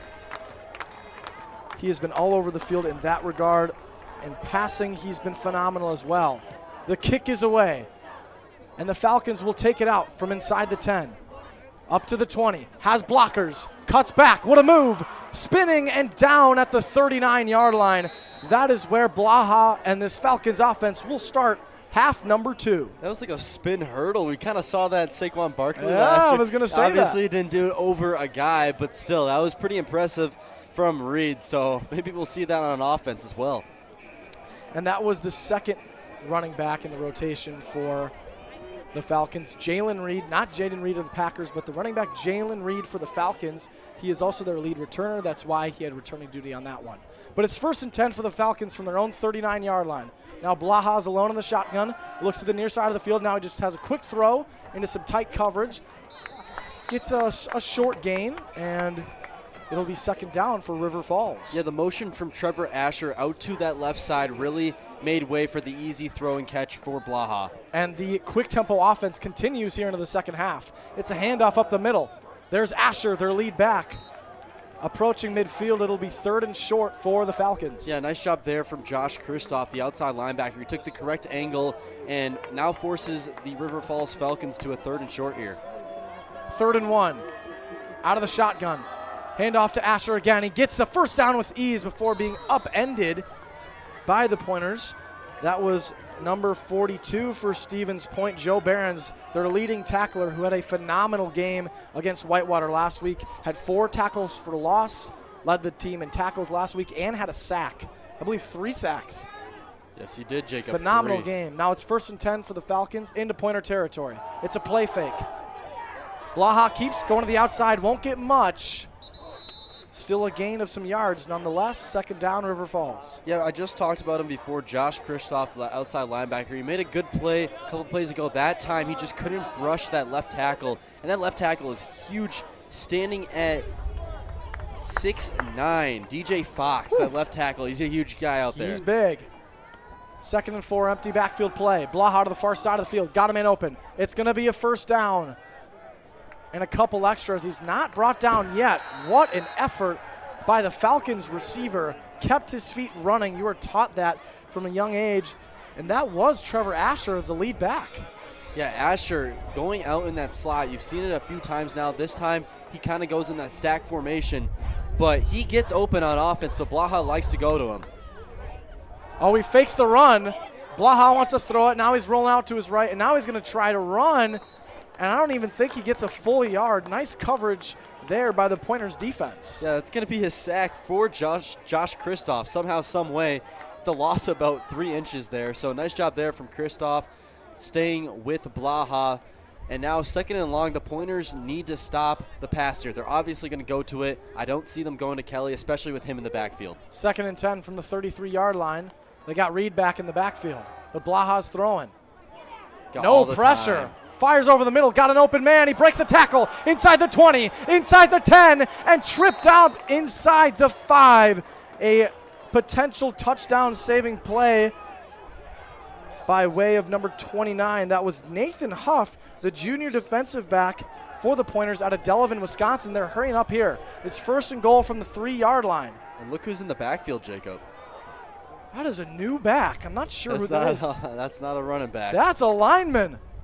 They got a lineman in the backfield, and it's a handoff to him like the fridge. And he's down at the 1. What an exciting touchdown that would have been. And that was number 66 for the Falcons. Go back to him. That's Hunter McKinney, the senior offensive lineman. Handoff to him again, and he bulldozes in the end zone. No signal yet. And now they call it a touchdown. Wow, that is something I was not expecting to see today at all, but congrats to Hunter McKinney, the offensive lineman for the River Falls Falcons, getting into the end zone. And what a drive, Jacob. That was a beautiful, well-put-together drive for the Falcons, and you really needed that coming out of halftime. Absolutely. The offensive play caller was definitely in his bag for that one. Their offensive coordinator, as well as their wide receivers coach for the Falcons, is Joe Matheson, and their 15th season as a head coach is Matt Walker for the Falcons. The extra point attempt is up and good. 28-7 is the score. Falcons back up by 3 possessions over the Pointers here at the start of the 3rd quarter. Yeah, now for the Pointers' first drive of the half, I really want to see Charlie Smith stay consistent, take his time, go through his reads, and he did that well in the last drive of the first half. So I want to see a little bit more of that, kind of the second half football we saw against Whitewater. Absolutely. I'll mention it again. I mentioned it in the first half, but for any new viewers or listeners, the last time the Pointers had beaten River Falls was back in October 2019. So not a super long time ago, but it's been a while for sure, as the Pointers look to get their first WIAC win of the season. Obviously started the year 3-0, won all of their non-conference games for the first time since 2017, beating Albion University out of Michigan, St. Norbert College, a private university out of De Pere, Wisconsin, and then flying to Oregon to take on Pacific University, a D3 college in Oregon, in week 3. That's how they went undefeated. They had to fly. But these back-to-back weeks against Whitewater and Platteville, they've lost their first 2 WIAC matchups. They're trying to win their 3rd here against the Falcons, down 3 touchdowns. As the kick is away, it's going to be taken out from the 3. That's Bryson Cashin. We've seen him do some things before, and he powers ahead to the 29-yard line. And that is where Charlie Smith and this Pointer offense will start their first drive of the second half. Yeah, I labeled the cornerbacks as my guys to look for in this one. This time, I'm going to talk about the wide receivers here in the second half. They've gone to Braden Wiechek quite a bit. He had that touchdown, the only touchdown for the Pointers. They've thrown it to Austin Phillips quite a bit. I want to see them involve Ben Wallersheim. He's 6'5". They got to throw it up to him at least once to try and make something. 1st and 10. They show blitz. It's a toss to Cash on the far side of the field. Beats one player, cuts up, and a gain of about 7 or 8. Nice play there for Bryson Cashin, the senior running back out of Plover, Wisconsin. Yeah, you said it, Jacob. The explosiveness of Bryson Cashin. He's just great. He gets outside there on the pitch, reads his blocks perfectly, and a big gain here. This is a perfect opportunity to go to a pass here, especially a deep shot. After the 8-yard run, it is now 2nd and 2 from the Pointers' own 38-yard line. Smith in the shotgun. It's a fake to Cashin. Smith has plenty of time here. Now he throws it down the field, got an open man, and it's a catch into Falcons territory.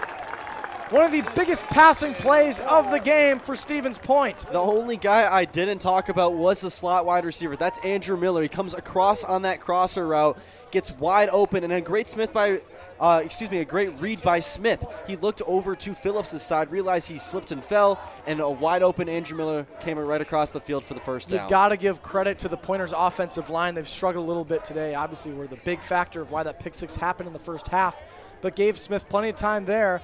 They want to keep going, though. It's 1st and 10. First play in Falcons territory for the Pointers from the 31-yard line. And I like this audible here to push Wallersheim out to one-on-one coverage. Smith is in the shotgun with Cashin lined up to his right. And now there's a stoppage of play as whistles blow. Flag flies. And they pick up the flag. They were just throwing it to signal that the timeout was called by the Pointers. Luke Vinay called it. That's their first of the second half. Yeah, right now the Pointers are inside River Falls territory. I mean, it's only 10-15 left on in this third quarter. So I want to see Charlie Smith stay calm and collective like usual, like he does best, and find somebody in the end zone here. Whether it's going to be Andrew Miller or it's going to be another grab by Braden Wiechek, I want to see them go with the pass once again. I agree. Wiechek has been, in my opinion, the Pointers' best offensive weapon. We've seen him a lot. He was used a ton against Whitewater last week. Heading into this game, we mentioned it before, led the team in receiving with 172 yards, was averaging over 10 yards a play, averaging about 35 yards a game. And they have Cashin lined out wide now on this play on 1st and 10 from the Falcons' 31-yard line. They move Cashin back to the backfield, lined up to the right of Smith. Charlie Smith in the rollout. Has time once more, but he has pressure. Evades the sack. Got to get the throw off. He's going to try to run and is brought down in the backfield. Doesn't quite get back to the line of scrimmage. So that will count as another sack for the Falcons defense. Oh, he had Andrew Miller on the double route there. It would have been a post cross, and he would have had him wide open in that back corner of the end zone, Jacob. He just needed about maybe another half a second to 3/4 of a second on that blocking scheme, and that could have been a touchdown, but now it backs him up after the sack. It's 2nd and 14 now from the Falcons' 35. Smith in the shotgun, trips left. Smith looking to the far side of the field, throws that way. Had to come back for it a little bit, and the reception will get the Pointers just right back to the original line of scrimmage. Yeah, it was Andrew Miller on that 5-yard, they called it a speed out. So basically, it's just not even making a move to go that way. You just kind of basically go right to it to that left side. Yes. So right there, Smith decides to go to Andrew Miller, finds him on the second time in this drive. So now 9:05 left in this third quarter. And it's 3rd and 10 now, so the Pointers got to make something happen. On 3rd down, Smith in the shotgun. Cashin lined up to his right. It's trips right to the near side of the field. Smith in the rollout. Pressure coming. Shakes out of the sack. Going to try to run again. Now he throws on the run. And it was a diving attempt for an interception, but it falls incomplete. And it is 4th down. The Pointers are down 3 possessions. Charlie Smith. They're going to go with the field goal unit here, No, Jacob. they are going to try to kick it to get some more points. And this is what I was talking about in that first half. This is the same exact spot, the 30-yard line. That's where that field goal would have been kicked, where they punted it on that second, or I think it was the 3rd drive. But I don't understand the play calling sometimes. Well, we'll see here. It depends on how the Pointers kicker does on this possession. It's going to be by way of Sodeman, the freshman kicker. From the 31. And whistles were blown. They ice him, and he had it with ease. I believe the Falcons called a timeout. The Pointers called the timeout. They just iced their own kicker. Now, do the Pointers decide to go for it here? Is that what they saw that they wanted to go with it now? I'm very confused. Luke Vinay is talking to the refs right now. I don't understand that. Why send your field goal unit out there in the first place just to call a timeout, and it looks like they're going to go with the field goal unit once again. So if this ends up resulting in a missed field goal, it's just going to look bad on the Pointer side. And it goes back to what the coaching decisions, the play calling. It's just It hasn't been great today. And, you know, not everything's in the wrong. Obviously, the great plays made by the defense. Charlie Smith has been airing it out a little bit more. So there's a lot of positives to see. Like you said, I'm not entirely sure why they called a timeout. There might have been a miscommunication in the blocking scheme. At least they so thought. But obviously, he had the distance. He made it. So now they're going to try it again from the 31. Kick is up. It's got the distance, but he missed it wide right. It is no good. And the Falcons will take it over from there. I don't know what to say.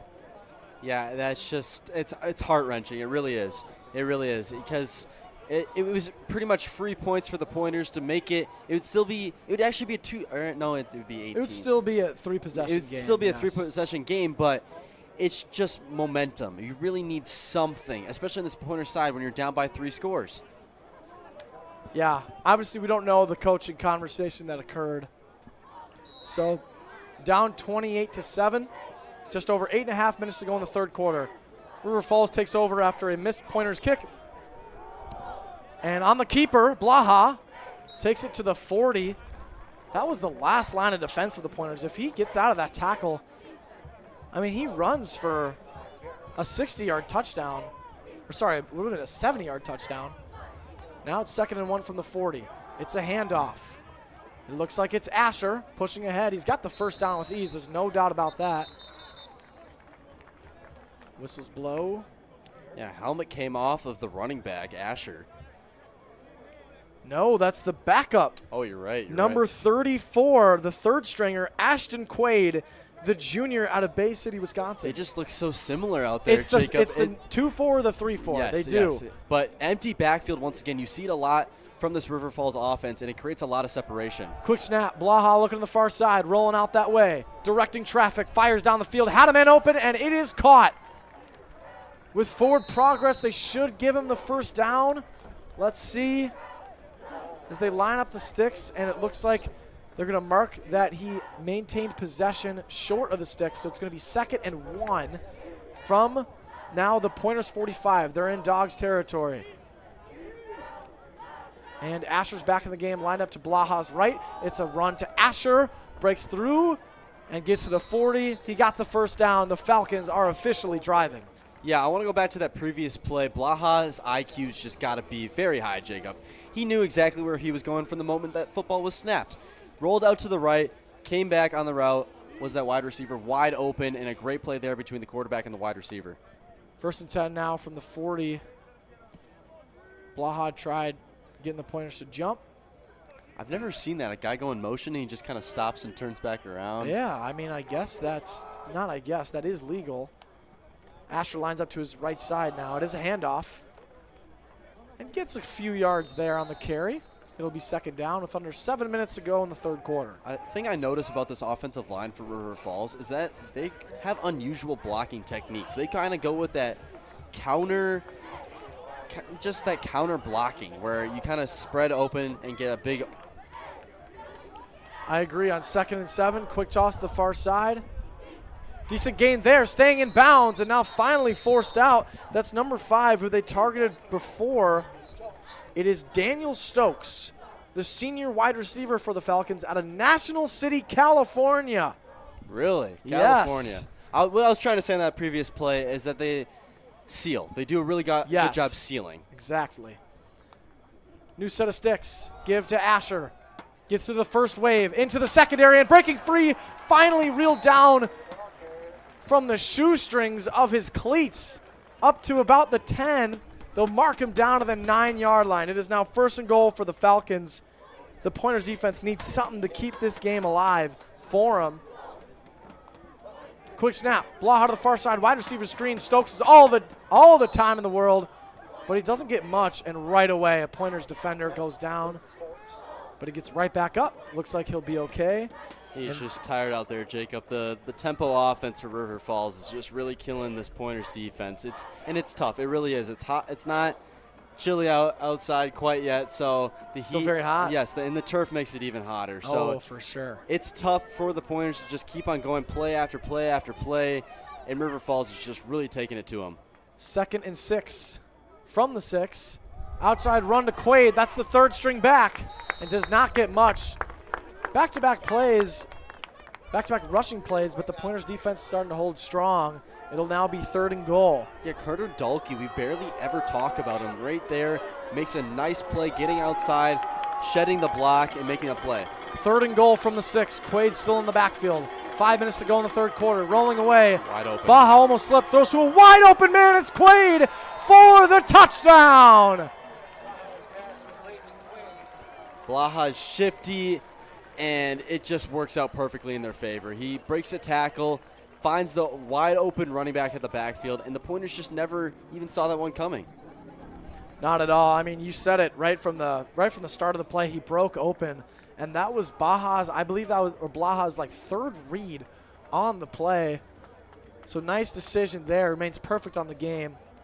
Extra point attempt incoming for River Falls. The kick is up, and it is good. He drilled it. The Falcons now up 35-7 over the Pointers. And the Falcons are showing why they are number 12 ranked nationally. They just took out Platteville last weekend, who was number 1 in the conference. But as we're talking about some WIAC teams, Brett, why don't you give us a look at some WIAC scores happening right now in the football world? Of course, yes. Going over to that Eau Claire and Oshkosh game. I know some people going up to Oshkosh. Maybe they can catch the end of this one. 7-14 currently. UWO up in that one. Then heading over to that La Crosse and Platteville game, the big one of the week. UW La Crosse currently down by 14. It is now 14-28 UW Platteville. Wow. So, and keep in mind, heading into this week, folks, La Crosse was the only undefeated team left in the WIAC. They were 4-0, but every other team had played 5 games, so La Crosse had played one last game. But they won 2 weeks ago against Whitewater in double overtime. 23-20 was that final score. And now, I mean, La Crosse losing to you got to look at it. Platteville, they won conference last year. They were the best ranked team as of last week. But then they got walloped by River Falls, 31-21. And that's why River Falls rose up in the rankings, and Platteville fell to 4th ranked in this conference, a loaded conference.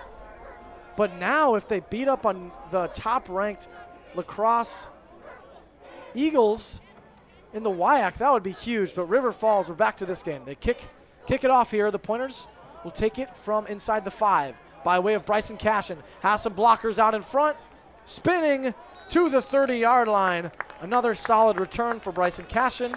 And that is where Charlie Smith and his Pointers offense take the field. yeah, and the thing with the kick return special teams unit, they have been always efficient, Jacob. They really have. They get to their blocks very quickly, and he creates a lot of space for Cashin. I mean, theoretically, he's had 2 kick return touchdowns.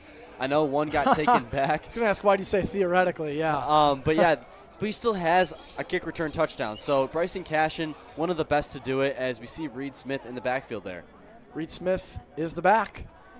We've seen that a lot on the start of the Pointers drives. On 1st and 10, it's a play action. Smith this time throws the far side as a flag is thrown. He got the completion to Wiechek, but I don't think this will stand. It might be holding against the Pointers.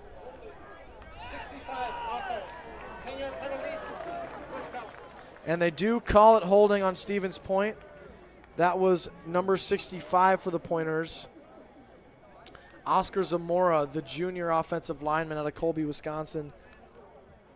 Today he's lined up at right guard. I'm surprised they called it on him. It looked like that might have been on the left tackle after that edge rusher for the Falcons fell down.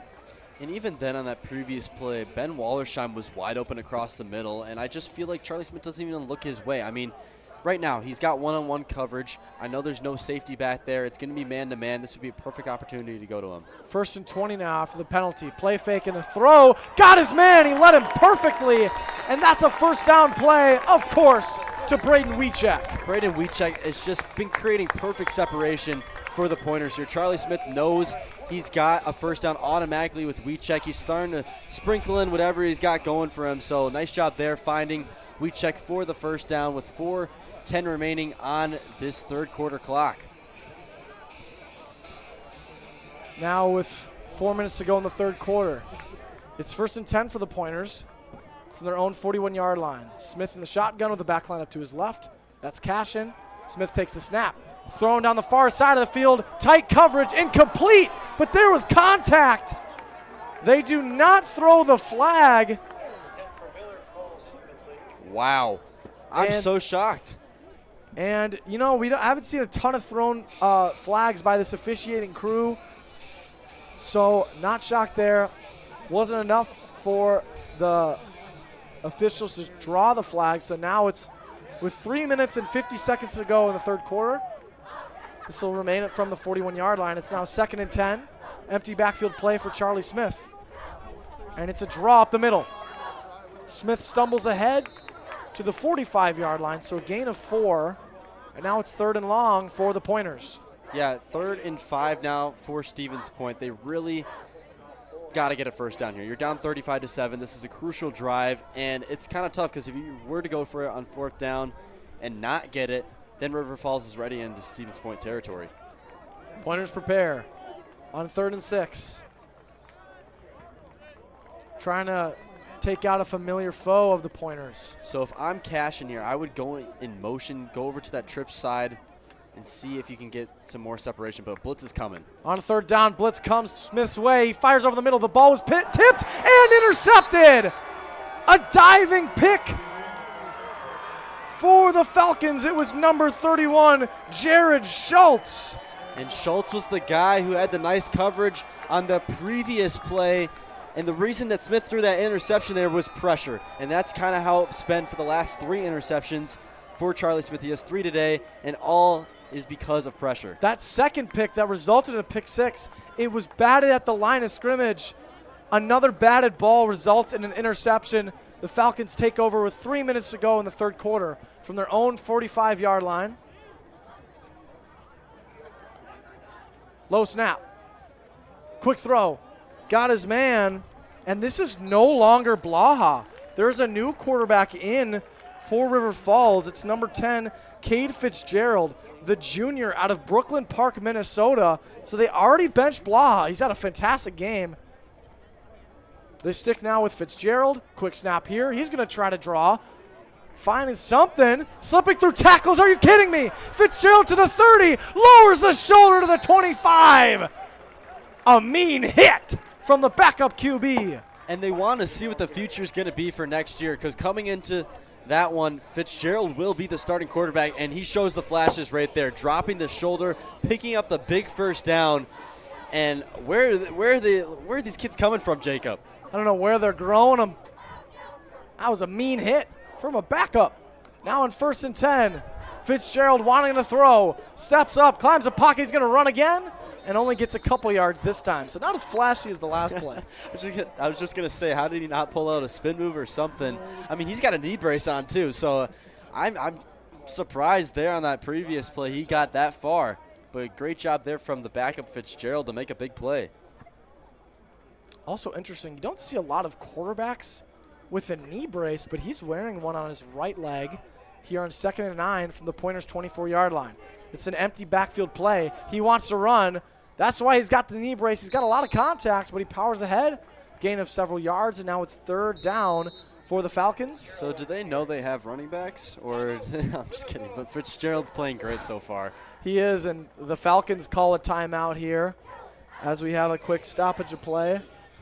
About 1:26 to go, and might I just say, no matter the outcome of this game, still phenomenal to see this crowd turnout. Probably, I would argue, not only the most packed game of the season, but one of the most packed games at Gerke Field we've seen in years. So a great turnout from all the Pointer fans here to show up on homecoming, but also from the River Falls squad. A ton of fans over from River Falls, Wisconsin, on the eastern side of the state. About 2.5 hours from here in Stevens Point, so they had to make the trip.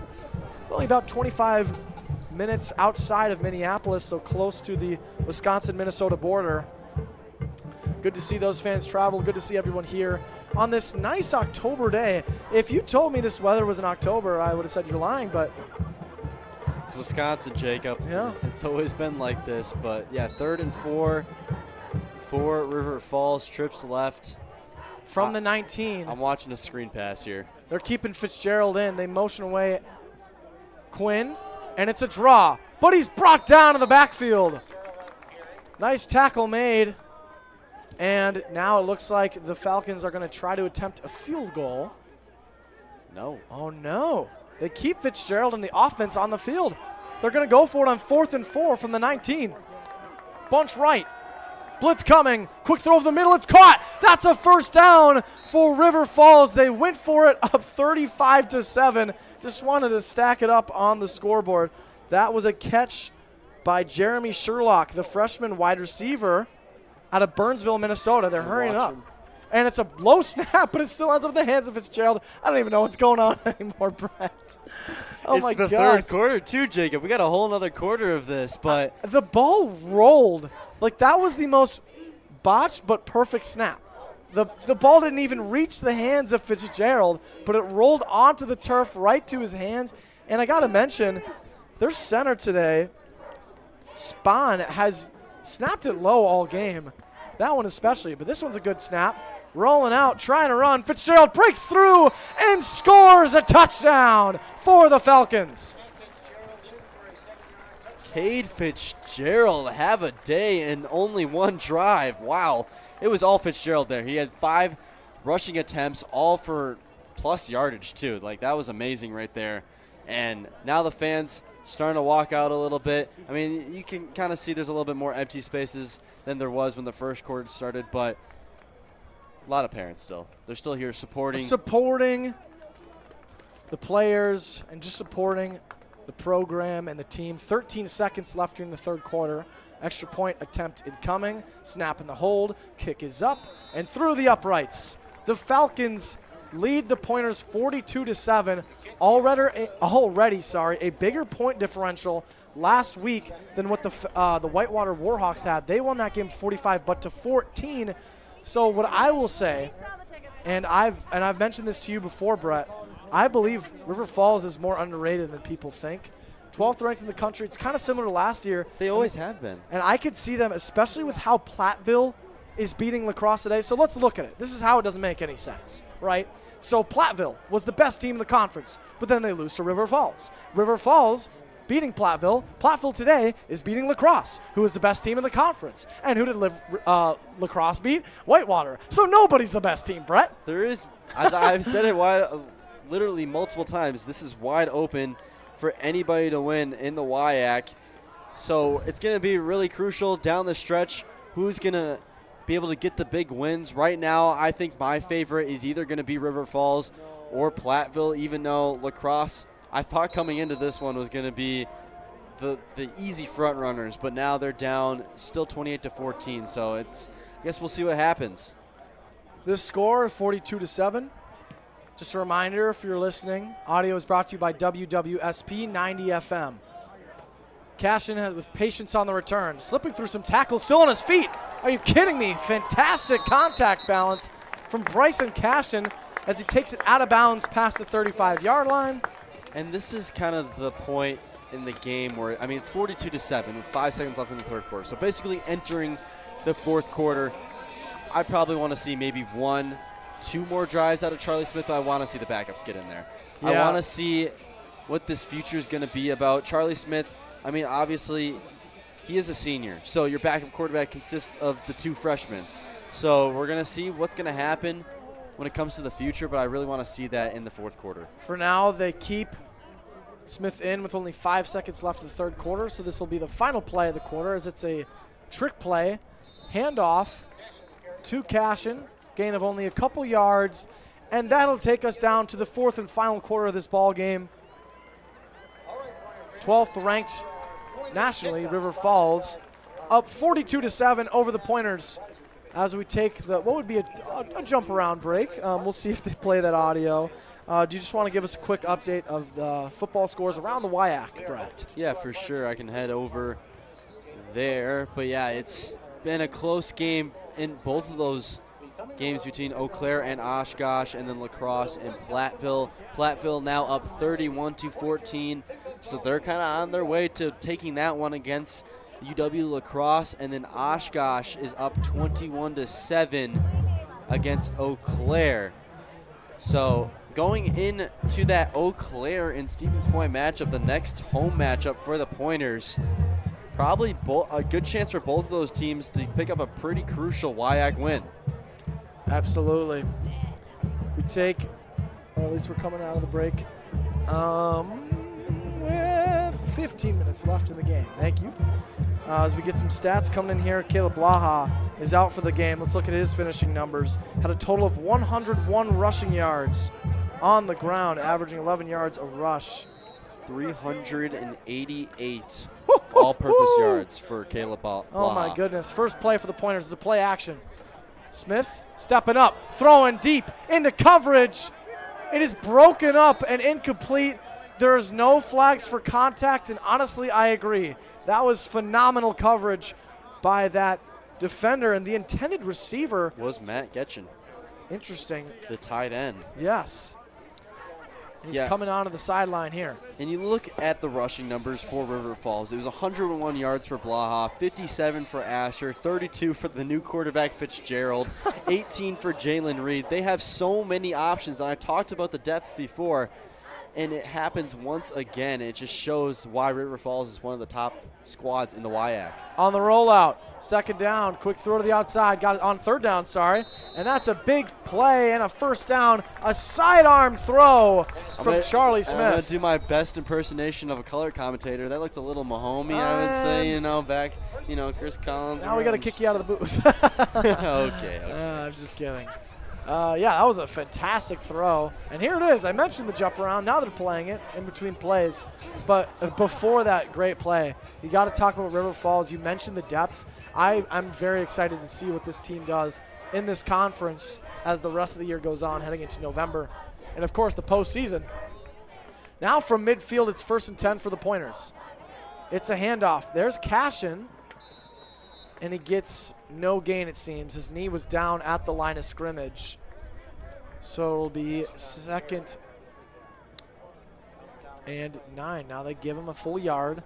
I believe his knee was down, but that's the official's call. So now with under 14 minutes to go left in the game, down 42-7. It's 2nd and 9 for the Pointers as they break the huddle. They'll run this out of the pistol formation. And that, I feel like Smith has just not looked over to Wallersheim once at all. To give to Reed Smith on the carry, and he gets nothing. Absolutely stuffed by this Falcons defense. I don't even think he made it fully back to the line of scrimmage, so that should count as a tackle for loss, and it will. It'll be 3rd and 10. I just want to see the Pointers try and keep on pushing it and kind of have momentum. They really need to get something to go into next week. That's what you kind of look at when you're down big. 13 minutes left in this one. You got to do something to at least have some good morality. Smith in the shotgun, takes a snap on 3rd down, fires to the outside, found Reed Smith wide open, going down the sideline. It'll be close, but I think he's short of the down marker. Yeah, about 3 yards short there, Reed Smith. Nice job there by Smith, getting it out quickly. And Wallersheim's just calling for it. Obviously, they've got to go for it. 4th and 2, trips left for the Pointers from their opposing 42. And the snap blown dead. And River Falls calls a timeout. Guess they saw something they didn't like. I'm not sure why they even need to call out a timeout at this point, but they do. That's what they're there for. Yes, exactly. Some miscommunication about something. And right now it's a lot of the backups for River Falls, so that could be why as well. A lot of freshmen and sophomores out there making probably one of their early attempts at trying to, be one of these crucial players in the next coming years. So great way to test the depth for the Falcons, especially as they, try to hopefully head into this postseason and potentially win the conference. Right now they're 3rd in the conference, but I imagine the rankings are getting shaken up after today. Oh, yeah, for sure. Just some early predictions. I believe Whitewater will probably be ranked 1st in the conference now. River Falls is 2nd, or Platteville at 2nd. La Crosse might fall all the way to 4th. A lot of switch-ups, but it's 4th down. Quick snap. Smith fakes the handoff, just throws. He got blasted. Pass falls incomplete. You hope Charlie Smith is okay. He got thrown down, head slamming on the turf. And he was a little slow to get up, being helped off by some of his offensive linemen. So it's another turnover on downs forced by the Falcons defense. And even some of their backups showing their dominance. Yeah, that was just kind of a snap of the finger, and boom, it was literally, the play was dead. The offensive line just weren't ready for it. It felt like an intense pass rush and a blitz almost. And now another turnover on downs for the Pointers. So they're going to keep their backup quarterback in, the Falcons at least, Cade Fitzgerald. Handoff in this play, and he is thrown down in the backfield. I believe they're working now with their fourth string running back, Jake Barnard, who is a junior out of Fountain Hills, Arizona. So clearly the recruiting for River Falls has been pretty nice. You've already mentioned a player from California, now one from Arizona. Well, I need some recruiting like that for the Badgers. Oh, all right. Now it's 2nd and 13. Fitzgerald's going to run it. Has a hole. Thrown out a stiff arm. Takes it past the 45, approaching midfield, and it'll be 3rd down for River Falls. I got to see if Fitzgerald's past life was a running back, because I feel like he's meant to be a running back. This guy is running all over this Pointers' first team defense, I may say. So great job here from the backup so far.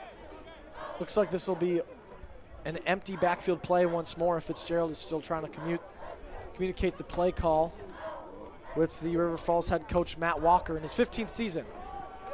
And Fitzgerald's going to run it. Ooh, he got drilled. Got smacked and went down hard.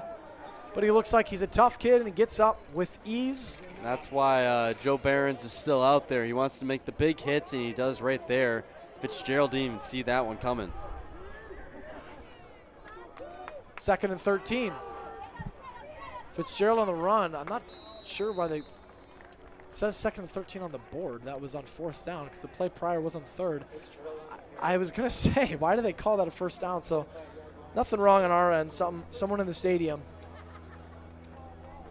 called that one, but they run it on 4th down, and they got it. They just didn't want to even punt. They just want to have the ball as long as they. And this is a run here, Jacob? Well, clearly it's a pass. On a quick screen, number 84 has the reception for River Falls. That is Andrew Carls, the wide receiver and senior from St. Cloud, Minnesota. I sniff another QB draw here, along with the 14 other times they've done it. You perchance may be right, Brett. Let's take a look here, and oh my goodness, you're right, it's a draw. Fitzgerald to the 30 and down inside the 30. A 1st down run for Fitzgerald once more. So parlays. Okay, no. All right, let's reel it in. And now with under 10 minutes to go in the game, River Falls still up 42-7 over the Pointers. It is 1st and 10 from the 29 of Stevens Point. River Falls got their substitutions in. Now Points get theirs in. They're trying to get a man off the field, and they finally are set to go. I think River Falls just let him run off that field. They didn't want another stoppage. I think the officials actually had to procure it. So now it's another run for Fitzgerald, finding a hole. Look at that patience and a spin move to inside the 20. The Falcons get another 1st down. They're in the red zone, and they are just laying it on. It just feels like a little kid when you're playing backyard football. You just keep on spamming, the same play over and over and over. And, I mean, it's working for them, so I wouldn't go away from it I was either. the fullback. Oh, really? I was always the quarterback or the left bench. Oh, okay. Left bench. Nice. It'll be 1st and 10 from the 18-yard line of Stevens Point. Falcons finally get the play call communicated. It's still 9 minutes to go in the game. As we see the backup quarterbacks warming up for the Pointers. Quick throw over the middle. It is caught and brought down in the end zone for the touchdown, but there's a late flag, so we'll see if this score stands. And I think it's going to be offensive holding here on River Falls. I saw a little bit of grabbing. Ineligible player downfield, number 73 in the offense. So it is indeed on the Falcons. It looked like that was going to back them up. They called it an eligible player down the field. You don't see that a ton in D3 because usually the plays don't get that complicated. So good catch there by the officiating crew.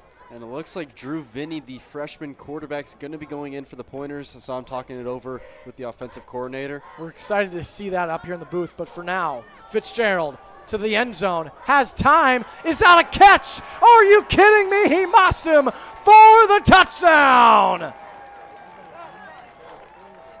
And everything's just working. I'm going to be honest, it wasn't a great thrown ball, a little bit of a duck you would call it. So much time in the air. But the wide receiver, I believe it was Jeremy Sherlock with the catch. Not too sure. I believe it was either a 7, an 8, or a 9. But nonetheless, it was a great catch by the wide receiver. And it's another score for River Falls. Now 48-7, awaiting the PAT. Shocked they didn't try to go for 2 to make it a 50-point game. Or sorry, to put 50 on the board. But they're going to attempt the extra point, Snap in the hold. The kick is up, straight through the uprights. It is good. And the Falcons now over the Pointers, 49-7. Still under 9 minutes to go in this game. Yeah, and we're going to start seeing a lot more of the backups coming in for the Pointers, including the quarterback, obviously. But we're going to see a lot of freshmen, a lot of sophomores. So a lot more of the future here for Stevens Point. We're excited to see it for sure. Down 49-7 with 8:40 left to go in this fourth. And let's talk about the new backup quarterback for the Pointers. His name is Drew Vinny. He is a freshman out of Stoughton, Wisconsin, 6'3", 185 pounds. So he's got some height on him. And we're going to see how he looks here in a moment as the Falcons prepare for another kickoff in this game. They still have the typical return team out for the Pointers. Bryson Cashin, their leading returner out there, also their lead running back. Sweet Caroline still getting the fans bumping at Gerke. So going into next week against another tough team, UW Stout, Jacob, what do you think the Pointers need to do differently in that one? In that one, you kind of said it already in terms of the run game, but I think they need to involve more of the screen game earlier on. As the kick is away, straight to Cashin. They have no fear. He's taking it out from inside the 5, cuts back, going to the far side of the field. Nice moves from Cashin, and he's nailed out of bounds around the 25-yard line. And now the Pointers offense will come onto the field, and for his first time, we get to see Drew Vinny, the freshman quarterback. And Bryson Cashin's got over 100 returning yards once again, Jacob. 5 attempts. I want to say around 111 return yards. So nice job once again from the pro kick returner. 1st and 10 now from the own 26. Vinny hands it off up the middle. And a very short gain, if any. And it looked like they had Cashin out there on the rush. No, it was Reed Smith. It was Reed Smith, the backup. Not sure how much we'll see of Bryson Cashin left in this game. Probably not much. I just want to see Vinny air it out. I want to see that arm. And we'll see it here on 2nd and 9 after the gain of 1. Vinny's in the shotgun with the back lined up to his right. Attempting his first pass of the day. Doesn't see the pressure coming, gets the throw off, and it's incomplete. He got thrown down, got that throw off at the last possible second. Did not feel the pressure coming from behind. And nice job there, though, staying in the pocket, trusting your own lineman. I mean, that's a thing you always got to think as a quarterback is that your offensive linemen are there for a reason. That time, maybe a little bit too long, could have maybe rolled out to that right, but nice job nonetheless. Getting out there and throwing the ball. On 3rd and 9, Vinny's in the shotgun with Smith lined up to his right. Oh, there's some movement. That might be against the Pointers. It looked like at first that one of the defensive linemen jumped, but it looks like it was Wiechek that had a little movement at the line of scrimmage, so they call that a false start, and it backs him up. And I'm going to be honest, I think that was on Vinny. I'm going to be honest. I think the cadence was just not told. Concise. Yeah. Yeah. So a little bit of miscommunication there. So we'll see. They're going to run the same play here, at least. And now a timeout's called by River Falls. So River Falls is now out of timeouts for the rest of the game, barring this goes into overtime. But yeah, I'm sure they only called the timeout there because they might have seen something wrong for alignment. I mean, they made a lot of substitutions right after the penalty was called, and it looked like one of the defensive linemen was not in the right spot. And, you know, that's what makes a very good head coach. There's a reason why Matt Walker has been here for 15 years. I mean, River Falls is typically ranked these last several years. They're a very good program, and they've really grown these last half decade or so, specifically getting recruits from states like California and Arizona. They've explored well beyond the Midwest. So to have good recruiting, to have good coaching, even though they're up 49-7, to still want his players to play the best and not make any lazy mistakes or play sloppy, that's good coaching. But now it's 3rd and 14 for the Pointers as the freshman quarterback Vinny attempts the pass. He steps up, rolling out, fires on the run, and it's well short, thrown incomplete. Had an open man. The intended target for the Pointers was number 12, Ben Wallersheim, the junior wide receiver out of Manitowoc. But he threw short, so the punting squad is heading out onto the field. They're going to punt this from their own 20. Still 8 minutes left in this ball game. Yeah, not a great possession there from the Pointers. They just couldn't get anything really going. I mean, Vinny, he didn't have a lot of time in the pocket right there, rolled out to the right, and it was just thrown short. I mean, it's your first drive jitters, so I can see it happening. But going forward, you just want to see a little bit of corrections there from Vinny. Snap, and punt is away, straying to the sideline, and it lands out of bounds. So here comes, it seems like for a 3rd consecutive drive, the Falcons bring out their backup quarterback, Cade Fitzgerald, who's a junior, but on a lot of teams, you could see him as a starter. So, oh, for sure. We've spoken about it before. Phenomenal depth is what the Falcons possess. 7.5 minutes to go. It's 1st and 10 from their own 47, so very nice field position, but already a flag is thrown. Ball start. Ball start, 60 feet, 63 in the offense. 5-yard penalty, touchdown. They called that on number 63 on the offensive line, and that is their backup right guard for the Falcons, Schneiderwind. Interesting. So now, quick snap on 1st down, and Fitzgerald is going to run it. You haven't seen this all game. Outside run. He's inside the 40, inside the 30. Are you kidding me? That kid's got wheels. Had a great blocking scheme ahead of him. Yeah, like you said, we haven't seen it all game, Jacob. No, Fitzgerald's probably carried it about 10 times now. Easily well over 75 rushing yards, maybe even 100. I'm not too sure on that. But he's been playing great here ever since he's entered, and it's only his 3rd drive of the game. The rushing game has been sensational. It has not been able to be stopped, but especially from the quarterback position. I mean, their starting quarterback, Caleb Blaha, had over 100 yards rushing, and now Fitzgerald, who's only played in the 2nd half, is reaching that monogram. But this one he hands it off, and the back is blown up. That was running back number 8, Jake Barnard. We've seen him a couple times, and that is the back that's out of Arizona. Yeah, they also have a tight end out of Arizona, Phoenix, Arizona as well. The freshman I was looking at. I think what happens, Lifshitz. Brett, is recruiters and scouts get confused with the Arizona Cardinals. They look at this logo. Oh, this is a Falcon, Brett, not a Cardinal, so we got to specify that. I'm for sorry, the folks. I was a little bit confused coming into this one as well, but the Green Bay Packers are also facing the Cardinals, so that Absolutely, can be I'm why. excited for that one. On a play fake, look at this. Fitzgerald is running. Are you kidding me? Yep, 104 rushing yards and a touchdown for Fitzgerald. He's now the leading rusher for the Falcons all my in one goodness. quarter. Well, he did play a little bit at the end of the 3rd, but all in 1 half, he's the leading rusher. That's incredible. It's an empty backfield play. I wonder what they're going to do on 3rd and 7. They might run it, but they actually might not. So we're enough of the sarcasm.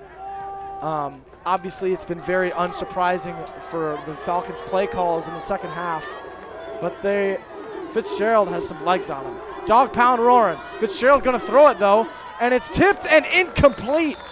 A great defensive play by the Pointers secondary, and if that ball is not tipped, that might have been a touchdown. And now the offense leaves the field. The special teams unit heads on. They're going to attempt another field goal to try to take the River Falls Falcons over 50 points on the scoreboard. Yeah, Gregory Westemere right there had the hand up in the air. Kind of going for the high five. Valentine film. Oh, yeah. He didn't hit the gritty, though, after. Yeah, so. That's true. Well, you can't. You can't this one. Yeah, exactly. Field goal attempt incoming from the Falcons. The kick is up, and it is good by a mile.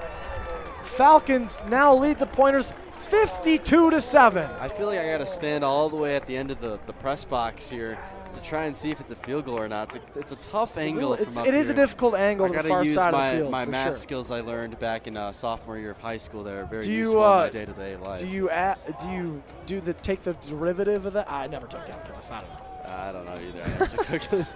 I'm up here in the booth. I was thinking think about I know that? sine, cosine, and tangent. Cosine. Hold on. Yeah. Can we get some trig? Yeah. Yeah, no, never say those words again. Oh, sorry. I know, bro. I have some PTSD. I'm just kidding. I don't know. But yes. Okay. Yes. So now, 5.5 minutes ago, in this one, 52-7. Brett, instead of talking about mathematics, let's take a look around the WIAC. Yeah, for sure. Obviously, this one, 52-7 is the score. But going over to the other ones real quickly.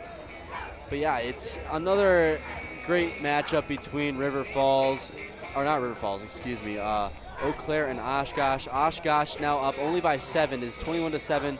Eau Claire scored 2. Cashin is no longer on the return unit. He's out of the game. Pointers will take this out from inside the 5, and he gets clobbered. Oh, my goodness. Ran into a brick wall, Brett. What an exquisite hit there, Jacob. Exquisite hit. This isn't culinary. This is football. I mean, if it's not culinary, I mean, River Falls is cooking it up right now. Hey, okay, I like that. There we go. Yeah. Keep our broadcasting game strong. Oh, yeah, for sure. Late in the game. Second drive for Vinny now with Mills in the backfield. There we go. So they're running with their running back 4. This game running back 3. Zach Lynch is out for this one. Handoff to Mills. Inside. Doesn't get a ton there. Second down, Stevens Point. And this should take us with about 5 minutes still left to go in this one. Yeah, Cole Schweffel and Jeff Rowan are now in the game for the Pointers at the wide receiver position. No longer Ben Wallersheim and Andrew Miller, excuse me.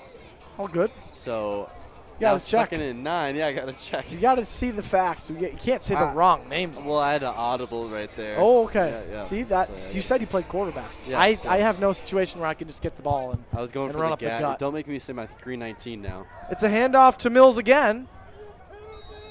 And minimal gain for him. Taking us under 4.5 minutes to go. Pointers now trying to run out the clock a little bit. Wanting to just probably throw away the tape in this one. They'll be back next weekend, as you said, heading back away to take on UW Stout in Menominee, Wisconsin. Yeah, it's going to be another tough matchup for the Pointers. Stout, pretty good football team. They are now on 3rd and 7. Vinny takes the snap. Pressure coming, and he's sacked from behind. Falcons add to their sack total. Over 5 in this game.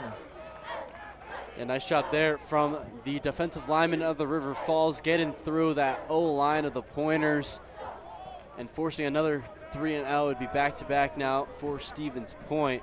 As I'm looking over at this Oshkosh and Eau Claire game, there's still 8 minutes left. And I mentioned before, Eau Claire has scored 14 unanswered points. They could have a chance at coming back and even tying this one against UWO. And Oshkosh blew a lead a couple weeks ago. I forgot who they were playing, but I just remember. It was last week against Stout. Week. They were up 16-0. Yes. And Stout then scored 27 unanswered. Nice punt here. And the Falcons call it a fair catch from the 30. And let's see if Fitzgerald heads out for another drive or if they put in a third-string quarterback. It's going to be Fitzgerald. I see the knee brace already. And there he is. Yep. The man, the myth, the legend, the backup quarterback, Cade Fitzgerald. He's the backup quarterback, but he's the leading rusher today for the Falcons. Could be the leading passer by the end of it, but I guess we'll see and wait. 3 minutes and 15 seconds left to go in this one. River Falls up 52-7 over Stevens Point. It's 1st and 10 from the 30. Handoff inside. That's the 4th string back, getting into the second level and brought down past the 40. A gain of 11 on the carry, and that was number 8, Jake Barnard. Yeah, I thought Barnard was gone on that one, actually. I didn't see a lot of pointers around him. He had a pretty good hole, went right through it, and it was another first down for the If that River Falls Falcons. last tackle isn't made, I mean, he's running for 70 yards and a touchdown. Easily, and he could be up there with the leading rushers, but nice job there from the Pointers, sticking with it and not giving up. As we are under 3 minutes now. Yes, credit to all the fans still sticking around, having a good time here at Gerke Field for this homecoming game. 2.5 minutes to go. Fitzgerald in the shotgun with the back lined up to his right. It's a handoff up the middle. Chugging his feet, and now finally brought down around the 40-yard line. Once again, it was Barnard. Tackled by Nick Bunza, the junior defensive back. Read that play pretty good from that nickel spot. Yeah, it looks like we got backups on both sides of the field. The Pointers putting in their backups on defense. As the clock winds down to the 2-minute warning. So we're going to take a quick look here at some upcoming matchups for both of these teams. Obviously, the Pointers are going to end up going 3-3, losing their first 3 conference games, but there's still hope that they can at least get a win or 2 against the toughest conference in Division III college athletics for football. Next week, as we mentioned, October 25th, they head over to Menominee, Wisconsin to take on UW Stout. They're back home on November 1st to take on UW Eau Claire. That one's going to be a good one. We'll be back in 2 weeks for that one. November 8th, they're taking on UW Oshkosh in Oshkosh. And their final game of the season, Senior Day, will be November 15th here at home against UW La Crosse. That one's going to be a tough game, but a nice one to close out the season. While the River Falls Falcons next week are away once more at Eau Claire. And then to start off November 1st and November 8th. November 8th, back-to-back home games against Whitewater and La Crosse, and close the season at Stout. We're back from the 2-minute warning. It's 2nd and 9 for the Falcons, trying to run this one out. Fitzgerald remains in the game as the backup quarterback, up 52-7. He takes the snap, and he's going to run it. Breaking tackles, a gain of about 7 yards on the carry. Extends his rushing numbers, still maintaining that moniker of being the leading rusher of the day for River Falls. Clock running under 2 minutes now. And I thought I copied and pasted more in my classes, Jacob. Fitzgerald and this offense have really been just kind of going same play, yes. So it is now 1:30 and counting left in this one. Thank you, everyone, for sticking around. River Falls still up 52-7 over the Pointers. Empty backfield play. It's trips right for the Falcons. Letting the play clock really run down on this one. Now he's going to run up the gut. Fitzgerald gets the first down yardage that he needed to push the sticks and to close out this one. They just need a couple of knees in victory formation, and this game will come to an official end. And we got to talk about this offensive line, whether it was the first strings or the second strings. They've been playing great today for River Falls. They've really came off the ball very quickly and efficiently. No holding at all, no false starts. They've been playing great, so props to them as they head into the rest of their season. That was the oddest way to take a victory formation. I don't think I've ever seen that.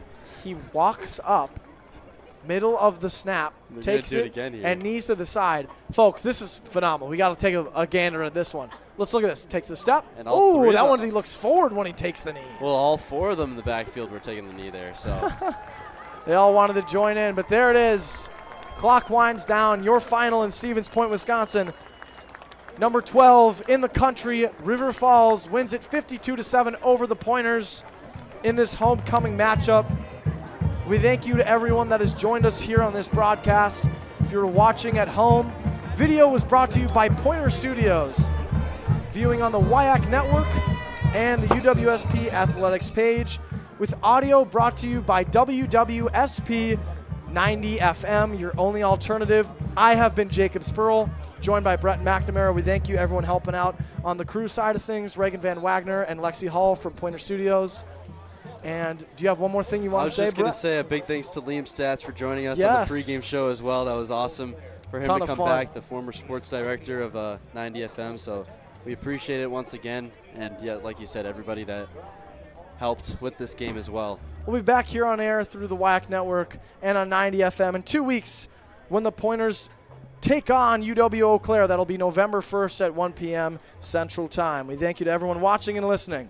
Have a good afternoon and a good rest of your weekend, everybody.